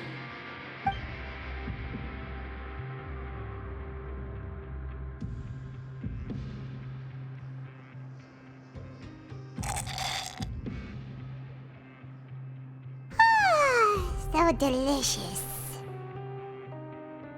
Paimon's so happy. Paimon wants to feast like this every day. Feeling full yet? How's the food? Delicious. I'm so glad to see you all so happy. Oh, see, the expression on your face just now? The muscle here just moved, which suggests that you're feeling quite relaxed at the moment. Sijween, do you do this to help your patients or to better understand human beings? A bit of both, I suppose. I'm a Melusine, which means I'm very different from human beings. I must know what you're thinking if I want to take good care of you. You're really good at taking care of people. Even though you're so short, you still talk and act like an older sister. Really? You're reminded of an older sister? That's great to hear. Oh, and what did you mean back in Risley's office? When you said that you were protecting Linny and his siblings as well? Oh, that. I just asked His Grace to look out for those children, especially that diver boy. I was getting a bit worried after hearing that something was wrong with the water. Thankfully, Cloran is very strong and managed to save him in the nick of time. His Grace also sealed the pipes after Cloran left, to make sure that Linny wouldn't impulsively chase after his brother. Although the path was blocked, we still stationed some guards there to stop anyone from approaching. They were instructed to only open the door once Miss Cloran had returned. Oh, and I was keeping an eye on Mr. Linny as well. You were all super considerate and really thought everything through. It's just what we do down here at the fortress. At least this has been His Grace's style for as long as he's been the leader.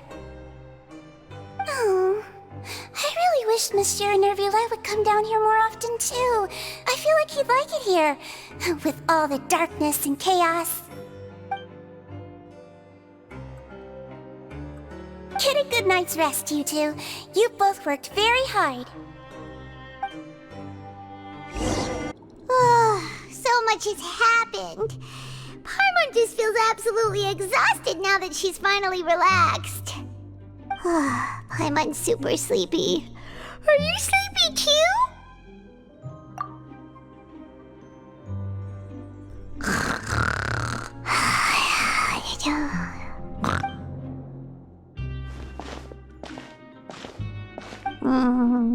Delicious. Paimon wants seconds for free.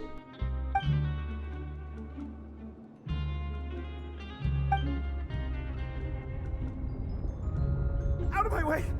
Get out of my way! What happened? Why is everyone running?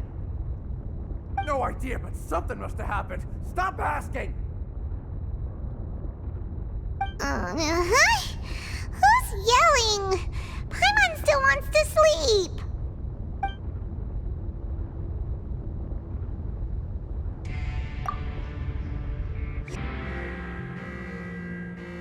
What happened? Why is everyone running around? Hey, what are you doing? No time to explain, mate. Goodbye! Hey, wait! What's wrong with these people? They won't even talk to us. They're here! There you are! Oh, thank goodness! Quisto and Lavaroon, do you know what happened here? We came here especially to inform you. Something seems to have gone terribly wrong just now. His Grace is telling everyone to evacuate and get out of here. Laveroon was saying you two are new here and you don't have many friends, so you might slip through the cracks. Haven't you heard all the stories like that? An evacuation is successfully completed, yet you only find out once you do a head count that 1 or 2 people are missing. Wait, weren't you the one who brought that up? Why is it suddenly my idea? Hey, shut up! Okay, whatever. The point is, you should come with us. Yeah, he said to get as far away as possible, upwards and outwards. Oh no, it can't be that thing! Whoa, wait, what? What? Hey, where are you going? We have to go find the Duke! You two just go and get out! Go on without us! Hey! Be careful! Attention! Please evacuate upwards and outwards, upwards and outwards. If you're already at the topmost layer, then try to move as far outwards as possible.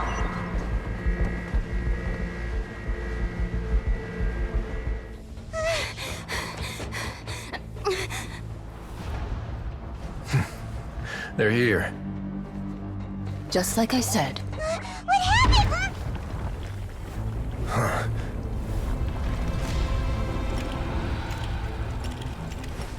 You're just in time. But be ready to run.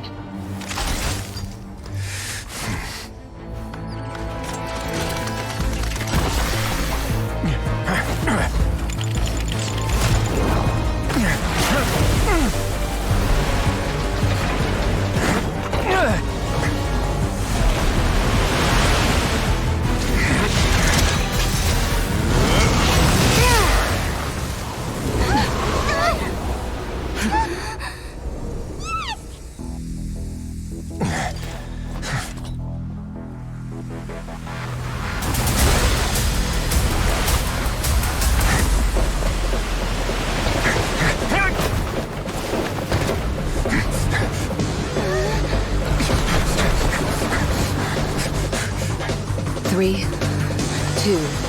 1.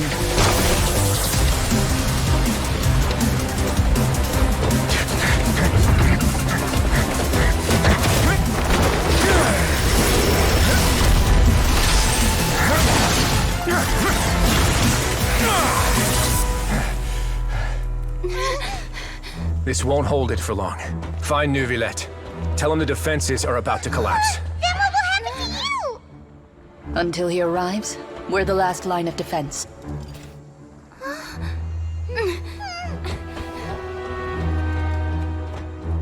The gate. How long do you think it'll hold? That depends on us.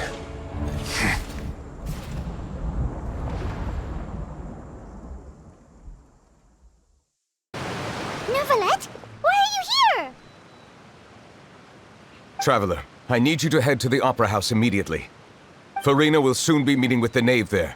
You must protect Furina, and make sure she doesn't spend too much time alone with her. Will do. You have my sincerest gratitude. Look! There are a ton of Fatilian Palais Mermonia people over there! The knave is probably here already. We need to hurry! Are you two the traveler in Paimon? Monsieur Neuvillette has left instructions. Please follow me.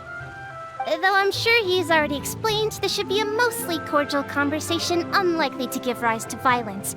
But it would be most appreciated if you could protect Lady Furina to the best of your abilities.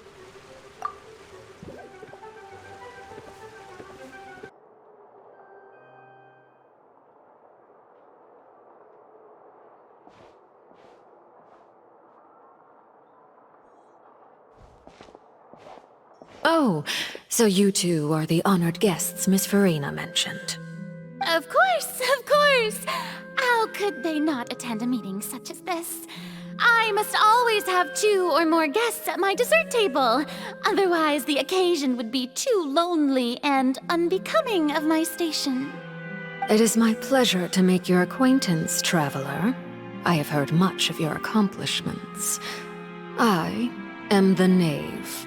one of the 11 Fatui Harbingers.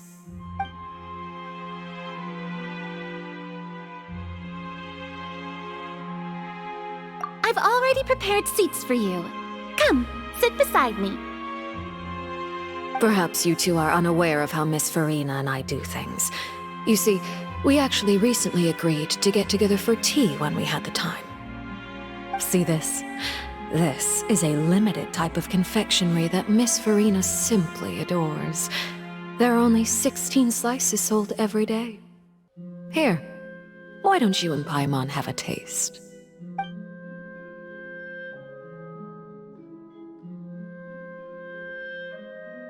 Traveler, what do you think of this cake? That's good to hear. So what Child said was on the mark after all. You do share a taste in desserts with Furina and I. I wonder how he's doing nowadays. You must have heard, right? He's suddenly gone missing. I'm really worried about his safety, you know. Here's... Since we're talking about him, I feel like I should add something. His martial prowess really looked... certainly pretty impressive, yeah.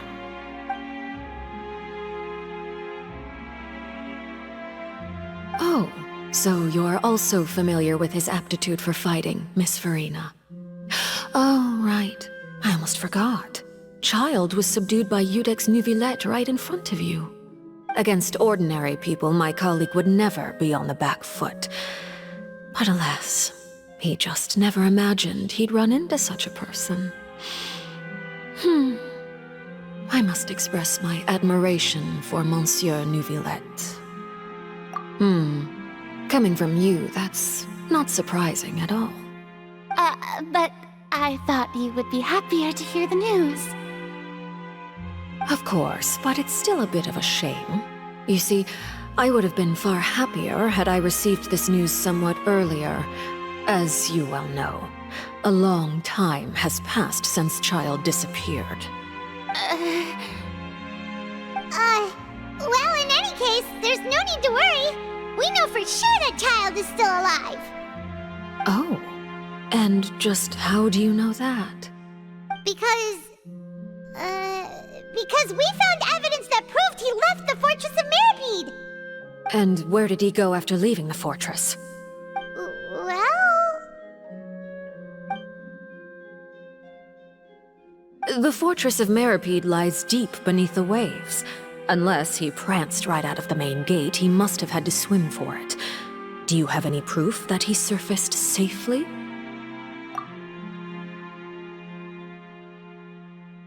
Ah, that is good news at least. His sister Tonya sent a letter to Fontaine not too long ago. Since he was unfortunately unavailable, I picked it up on his behalf. Do you have any idea how he usually writes back to his family? Dear Tonya, your letter made me feel like we were still enjoying our time in Snezhnaya together. I'm currently admiring the scenery on the streets in front of the Opera House. Is it something like that?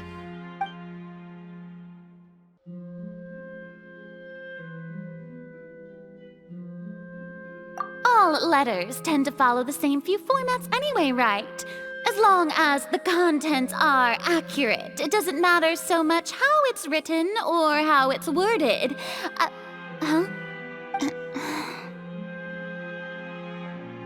Hold on. The water in the teacup is shaking. I suppose this is also a sign of things to come, Miss Furina. I don't quite understand what you're trying to say. Have we entered into the next stage of the prophecy?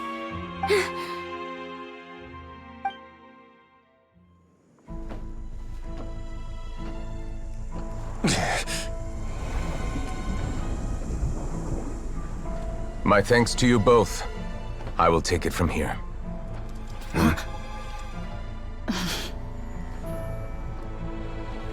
Sure you don't need a hand?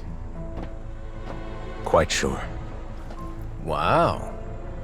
So, what's your secret, huh? Let me guess. Nah, who knows? Maybe it's just your sense of responsibility. Sounds about right.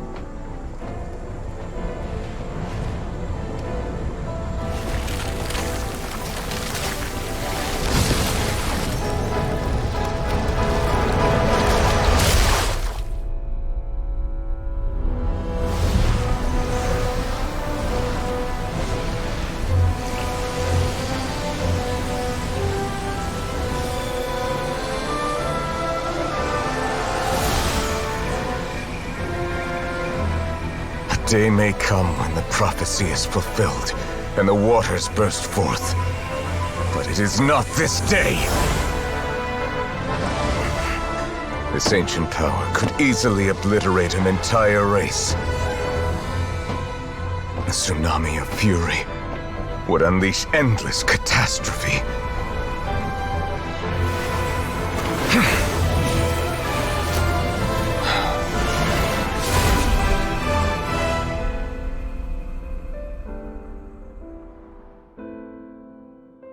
This sentence is too severe. Forgive me for overruling it. All right. Seems like the problem inside has been suppressed. Let me guess, we're safe for now. Indeed. But only for now. I win this bet. You owe me a present. Very well. It was indeed just as you said. You made a bet? We made a bet on the size of your entourage. Cloran thought you wouldn't come down by yourself. I figured you would have at least brought a few people along for appearance's sake. It appears I underestimated just how confidential the mission was. Shouldn't you have gotten used to confidential missions by now? That's just how the courts operate. So what gift must the loser give? Tea? He already has tons of tea in his office.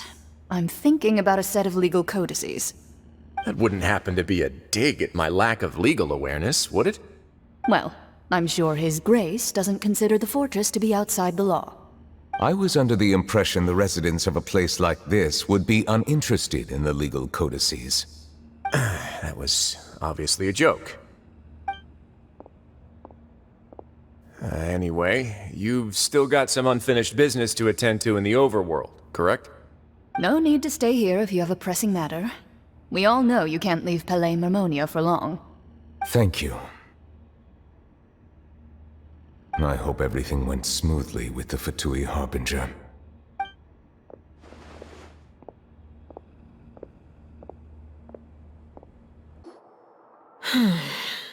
I must say, we've spent long enough playing house. Miss Furina, as the Hydro Archon, I am sure you understand the exact meaning of the phenomenon we just witnessed. Or should I say, that's what I originally thought. But looking at your expression, was I wrong? And you haven't a clue? What are you trying to say? At this point, I don't think there's any more need to speak as diplomatic representatives. Allow me to speak to you now as just a Fontanian. You know the prophecy by heart, and also that every part of it is being proven true. Yet, here you are, relaxing, drinking tea, and eating desserts as if it's all nothing more than a few stray bugs in your garden. Do you really think that's acceptable? The prophecy's hanging above our necks like a guillotine. Every faction is looking for a way to either avert the disaster or save their own. Even the orphans of the House of the Hearth have devoted everything to saving their homeland. But you? It beggars belief just how nonchalant and carefree you have been. From the very beginning, you, the god Focalor, you have utterly failed to take action. You're wrong. I've never ignored the prophecy, nor have I just been passing the time in self-indulgence. Retract your accusation and stop doubting the wisdom of the gods with such absurd conjectures. I am not alone in my doubts, you know. All the children of Fontaine may be harboring the exact same thoughts right now. Oh, great Hydro Archon. How are you going to save them? Save us? How are the people you've sworn to protect supposed to survive in a land that will soon disappear beneath the waves? I have my ways, and I've been working on them for all this time. Even if you look down upon me, you have no right to judge me. Fontaine will be saved. Even if I still cannot see the true future right now, as long as I continue on as I am, I will be able to hold my head up high!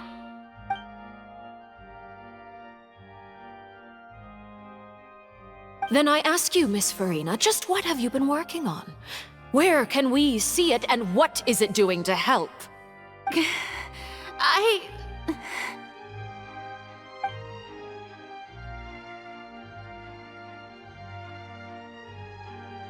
My machinations are just like the prophecy itself.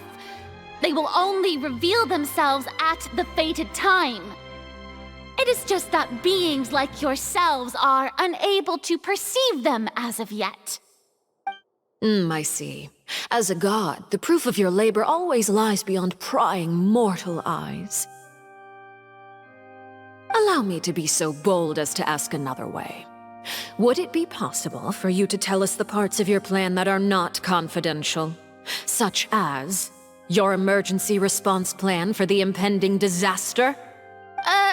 An emergency response plan? Oh, that look in your eyes. Have you not even prepared one of those? The emergency response plan is also strictly confidential. Then allow me to jog your memory. Miss Furina, what is the purpose of your Oratrice Mécanique d'Analyse Cardinal?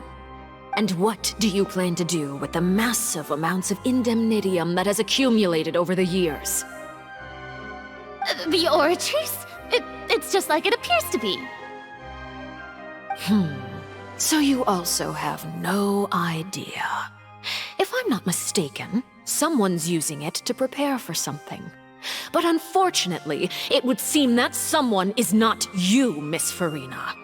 I first caught wind of this when Linny tried to investigate the Oratrice in the Opera House. You see, even just getting close to the core contaminated him with an extremely large amount of indemnitium. But even if that had nothing to do with you, then what could you possibly be working on, oh great Hydro Archon? Oh, right. I almost forgot. Udex Neuvillette is not at the tea party with us today. Miss Furina, I suppose you must have ordered him away to take care of some troublesome business. Yes, that's exactly right. Please keep it a secret for me. Of course I will. Although, I must say, Miss Furina, you seem quite insecure without the Udex by your side. Oh, very well. Let's stop that conversation here. There are still a few slices of cake left, so please, help yourselves, everyone.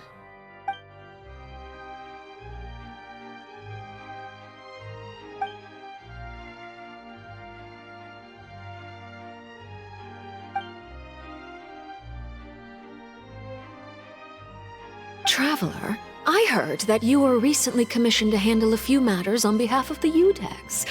Why don't you take an extra slice of cake? Those who work hard deserve gratitude and praise. You too, Paimon.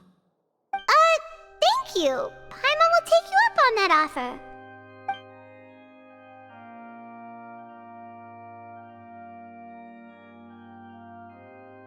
Oh, Paimon's super full. That cake was great. If it's on my tea table, it must be of the highest quality. Yes, and we must thank the knave for bringing these over as well.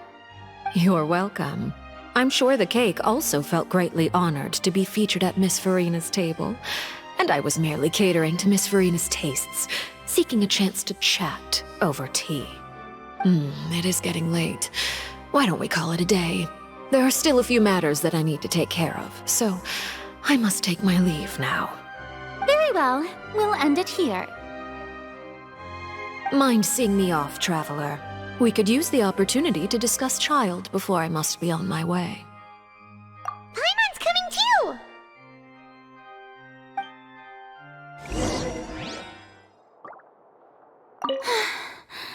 The tea party turned out to be even more difficult than I'd imagined.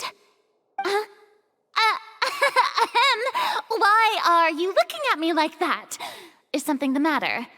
If there's nothing urgent, then I shall be retiring for now.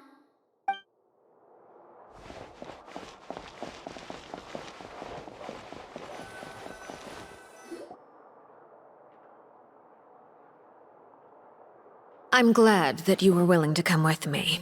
Of course, Child was just an excuse. I have no interest in your dealings with him.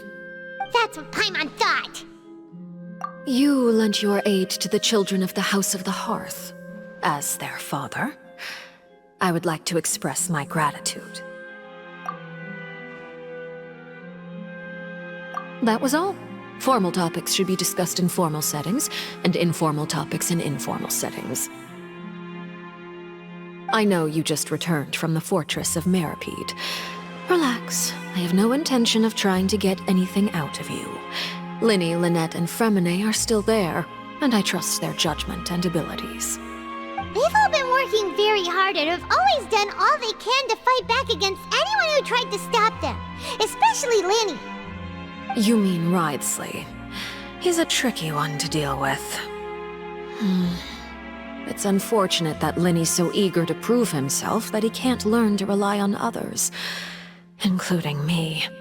By the way, and you can just consider this a bit of idle gossip, but what's your impression of Furina? You are outside of our disputes, and the freest person in all of Fontaine, able to move around most easily. Allow me to share my perspective with you. And that's everything that happened during the trial. Master Child was declared guilty and immediately transported to the fortress of Meripede. Didn't he say he was coming here on vacation? Does he not feel an ounce of shame for all the trouble he has caused?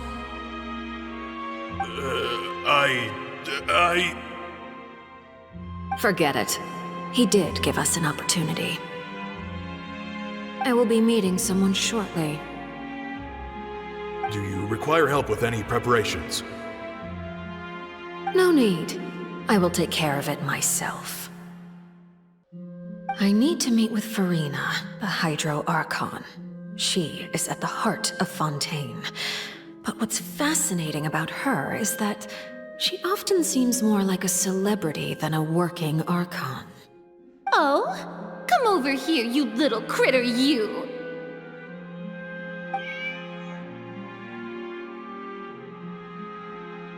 You dare to run from me? Stop right this instant! My goal is just to discover the location of the Gnosis. But I didn't expect the chance to approach Furina to be handed to me on a silver platter. This is so easy, it's actually making me a bit suspicious. Anything left unguarded is usually just bait. But no one will blame someone for taking the bait. After all, from the moment it was attached to the hook, the bait is meant to be sacrificed. It's just as I guessed in the second before I struck. The Hydronosis is not currently held by the Archon. In fact, this Archon doesn't seem like a god at all. And I sense that she's under some kind of curse. Who are you? And what are you trying to do? Please don't kill me! I'm begging you, please! The fear in her pupils is genuine, so perhaps she's not bait after all. Either way, targeting her has lost all meaning. I left the scene with ease. Nobody came looking for me, and nobody could serve as a witness to my near assassination of Focalor. I suspect even Furina dares not mention this incident to anyone. Not long after, my informants confirmed what I had guessed. After returning to her quarters, Furina quietly cried alone. She was so scared that she could not sleep that night, nor could she even bring herself to eat her cake. There's no doubt that there's something wrong with her. I began to entertain the possibility that she is not the true Hydro Archon. Perhaps Iudex Neuvillette is actually the genuine article. I have to find the Gnosis. If the Neuvillette hypothesis is correct, he is probably in possession of it. Alternatively, it might have been hidden in a place that's hard for ordinary people to access. Yes, Father. My dear children, please speak. News from the fortress of Meripede. Master Child has gone missing. On top of that, the contacts and guards we bribed at the fortress have all gone quiet as well. Probably the handiwork of that Ridesley.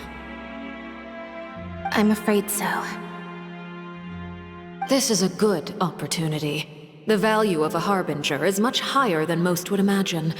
We now have an excuse to exert diplomatic pressure on the Fontaine authorities. Set up a meeting for me. I would like to meet the Hydro Archon and Iudex Neuvillette. Oh, and I have an additional mission for you three. Yes, Father. Tartaglia's disappearance was not a part of my plan, but I can use it to make a breakthrough. With this as my excuse, I can ask for an official audience and continue my investigation of Furina and Iudex Neuvillette. The initiative belongs to the House of the Hearth. My wish to investigate the fortress of Meripede will be a front. Linny and his group will be responsible for the actual intelligence gathering. You should know the rest. Linny's group is quite close to you, so they wouldn't have hidden anything from you. You attacked the Hydro Archon? It wouldn't mean anything, even if you shouted it from the rooftops. After all, even Furina herself is still pretending that nothing of that sort ever happened. Alright then. I've now had 2 chances to enjoy tea with Furina. I have to say, the leadership of Fontaine is even more inscrutable than I had imagined. I once surmised that Iudex Neuvillette must be the Hydro Archon, but now, that doesn't seem right to me either. I am a servant of Her Majesty the Tsaritsa. Over my years of service, I've learned how a real Archon conducts and carries themselves. Whether Iudex Neuvillette or Furina, neither fits the bill. It's hard to imagine either of them as the Archon. Of course, that is all just how I feel. Gut feelings often do not require justification. It is, however, quite amusing to me that after all my years working in intelligence gathering, I've come to realize I am at a complete loss regarding the identity of the god of the land of my birth. Don't you think Fontaine is quite intriguing? A catastrophe looms, yet many secrets have yet to rise to the surface. It looks like Fontainians will have no choice but to save themselves. Ultimately, though, one must survive in order to do anything else. Should the need arise, I would be happy to cooperate with you. You don't need to commit to anything right now, of course. I have a feeling that the situation will continue to evolve, and as your name is often connected with noble deeds, I'm sure we will work together someday. He certainly returned quickly. You must want to catch up with each other, so I'll leave you to him.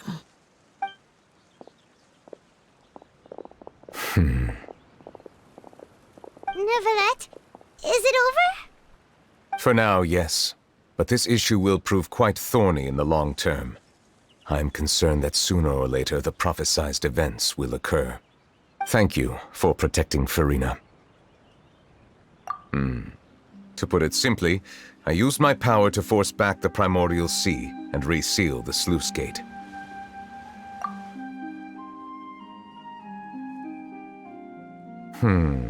So as expected, the knave has turned up the pressure on Furina.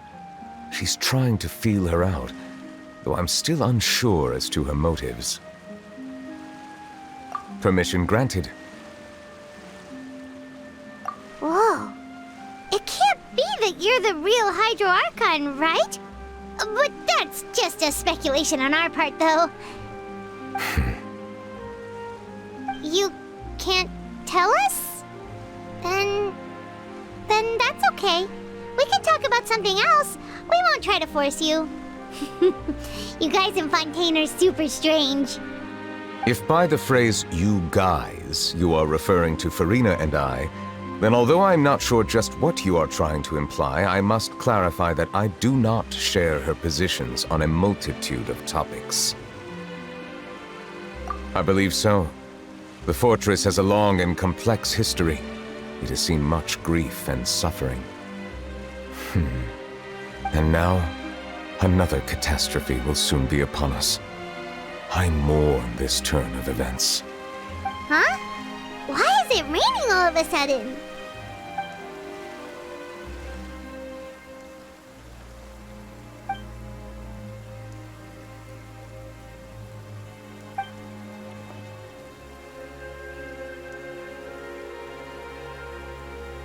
You may be closer to the truth than you think. Oh? And what are you thinking? The dragon of... what? Huh? Please do not be so surprised. Furina?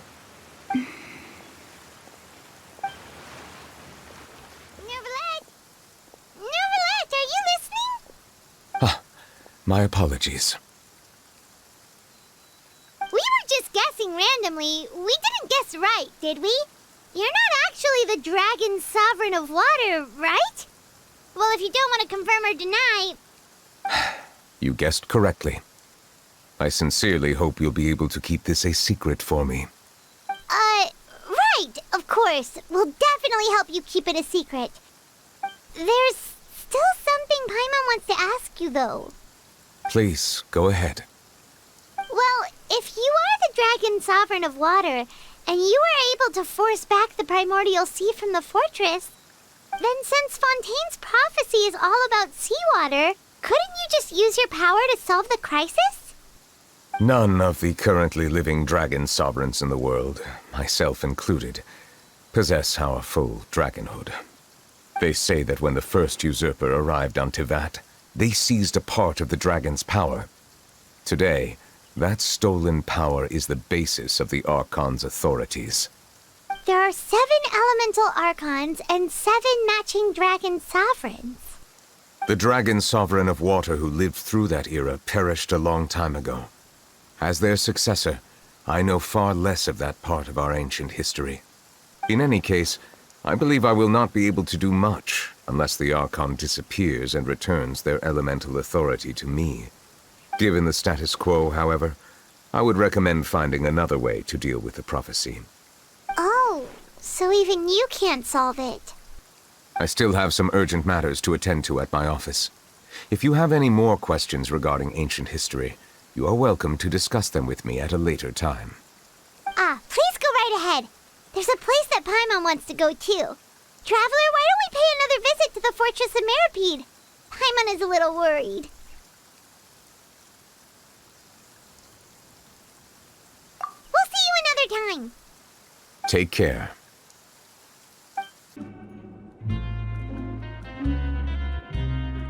Now guess, what suit will this next card be? A bare-teeth cat? Well, well, look who it is. Traveler, Paimon. Hello, everyone. Looks like you're recovering nicely from it, eh? Mm-hmm. Thanks to everyone's support. Oh, right. I managed to work up the courage to thank Miss Clarant in person.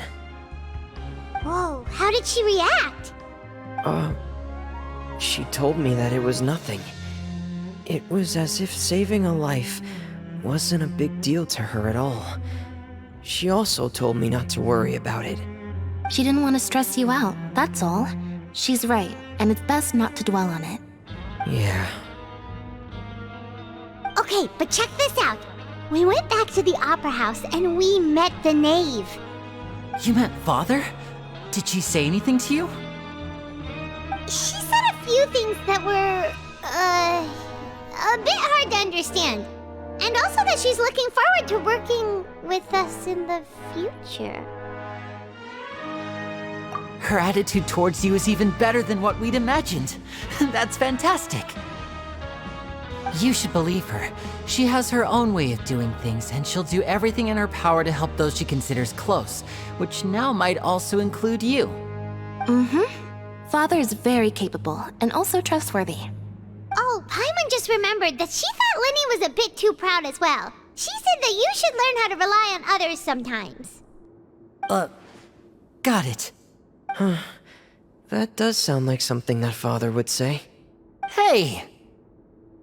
Are you going to stay here for the next few days? Looks like it, yeah. Excellent. I will host a tea party. For real? Then Paimon wants another serving of cake. Another implies that you were already served some delicious cake while you were up there. How lovely. Well, next time, you're going to have tea and snacks with us.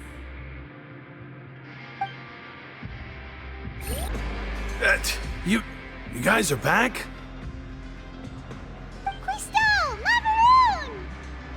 You guys didn't get caught and thrown back down here, right?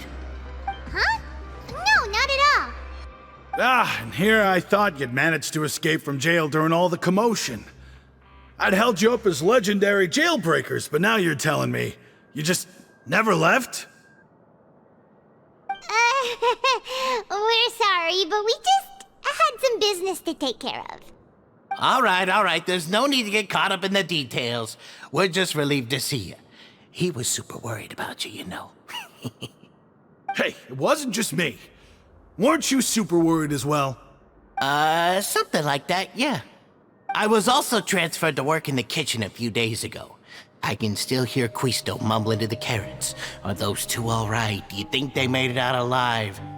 Whenever he'd say that, I'd tell him I'm sure they're fine. Wherever they are, they're kicking back with drinks in hand, enjoying the lovely scenery. Hey, there's nothing wrong with worrying about your prison pals, is there? I mean, considering how they always love listening to all my gossip. These two. They sure are a lot warmer and friendlier than when Paimon first met them. Oh, well, if you say so. I'll be watching you to make sure you finish every last bite. Sijuin! Traveler, Paimon, you're back! Are you still doing all right? Did either of you get hurt?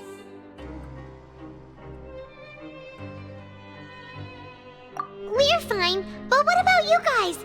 It was such a huge mess. How bad was it? A few people sustained superficial injuries, but that's about the extent of the damage. Monsieur Nervoulet paid us a visit. It was all thanks to him that we managed to suppress the crisis for the time being. Oh, of course, we must also thank you for the help you provided. How did Nervoulet know that he was needed here? Well, Monsieur Nervoulet has strong resonance with the hydro element. When the water level rises, he can feel the waves produced. I ran into the bombshell bros while bandaging the injuries of the wounded. They were mumbling the whole time about how you just ran down without a word. I'm so relieved to see that you're both all right. If you're not too pressed for time, please stay with us a few more days. Just let me know if you get a craving for any particular dish, so I can have Mr. Wolsey get your meals prepared. Oh, and please feel free to visit the infirmary for a break at any time. I'd like to take the opportunity to spend some more time observing your facial muscles as well. Your happy smiles are quite contagious, you know. They're so memorable, and I've missed them immensely while you were gone. Courier? Miss Sijuin told me you still haven't eaten. Yeah, I was working on something, so I forgot. That's no excuse for... Huh? It's you two. Junior, Lurvine, we're back! Hello there. It's been quite the mess here recently. How have you been?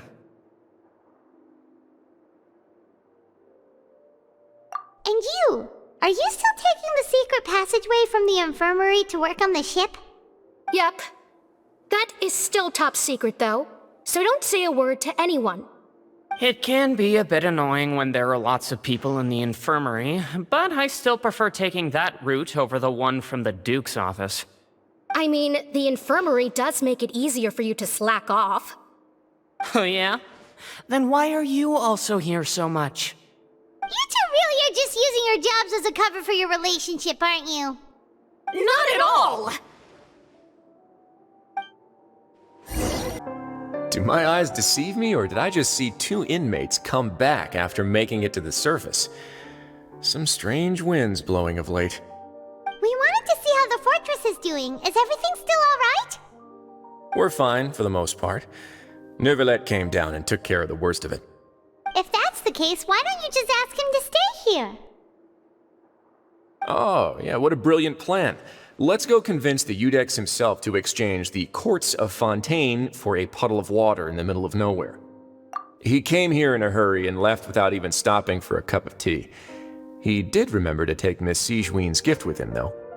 He sure sounds super busy. Miss Cloran has left as well. She also took her gift from Miss Sigewinne. Were the gifts milkshakes? Neuvillette got the milkshake. Cloran received lipstick instead. Those aren't even remotely alike. Well, it's Neuvillette's own fault for making Sigewinne worried about his health by working so much. But besides that, our head nurse is still pretty fond of picking out beauty products for the ladies. Oh, and I have some gifts here for you as well. Are these from Sigewinne too? Nope, they're from yours truly. You've already wrapped up your work at the fortress, so you can return to the surface at any time. You haven't yet served your full prison term, however, so you may continue to use your cell until your term is up. For real? Then we could stay here for a really long time?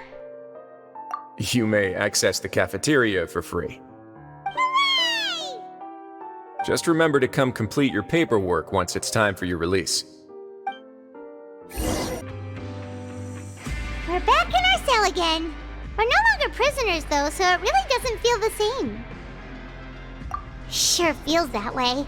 But the truth is, we never did anything bad to begin with, so I'm not sure why we put so much pressure on ourselves. Huh? How did you know? Hey, that's not true! Alright. Okay, Paimon just wanted to say that we really are an amazing duo after all. It's like, we've now gone to so many places together and become friends with so many people. We've never stopped traveling or stopped meeting new friends. There are so many bad things in the world, and we're just two people, but we've still been solving problems no matter where we go. Isn't that pretty cool? You're counting Paimon today? Aren't you the only adventurer here? Then let's ask Catherine to give Paimon an adventurer handbook as well. Paimon will also be an adventurer from today forward. Just the thoughts making Paimon giddy. Paimon's gonna crash, so you sleep soon too. The last time we fell asleep here, we woke up to a whole mess outside our cell. The primordial seawater nearly rose up. That was so scary. We should be safe now, right? Alright then, good night to you, traveler.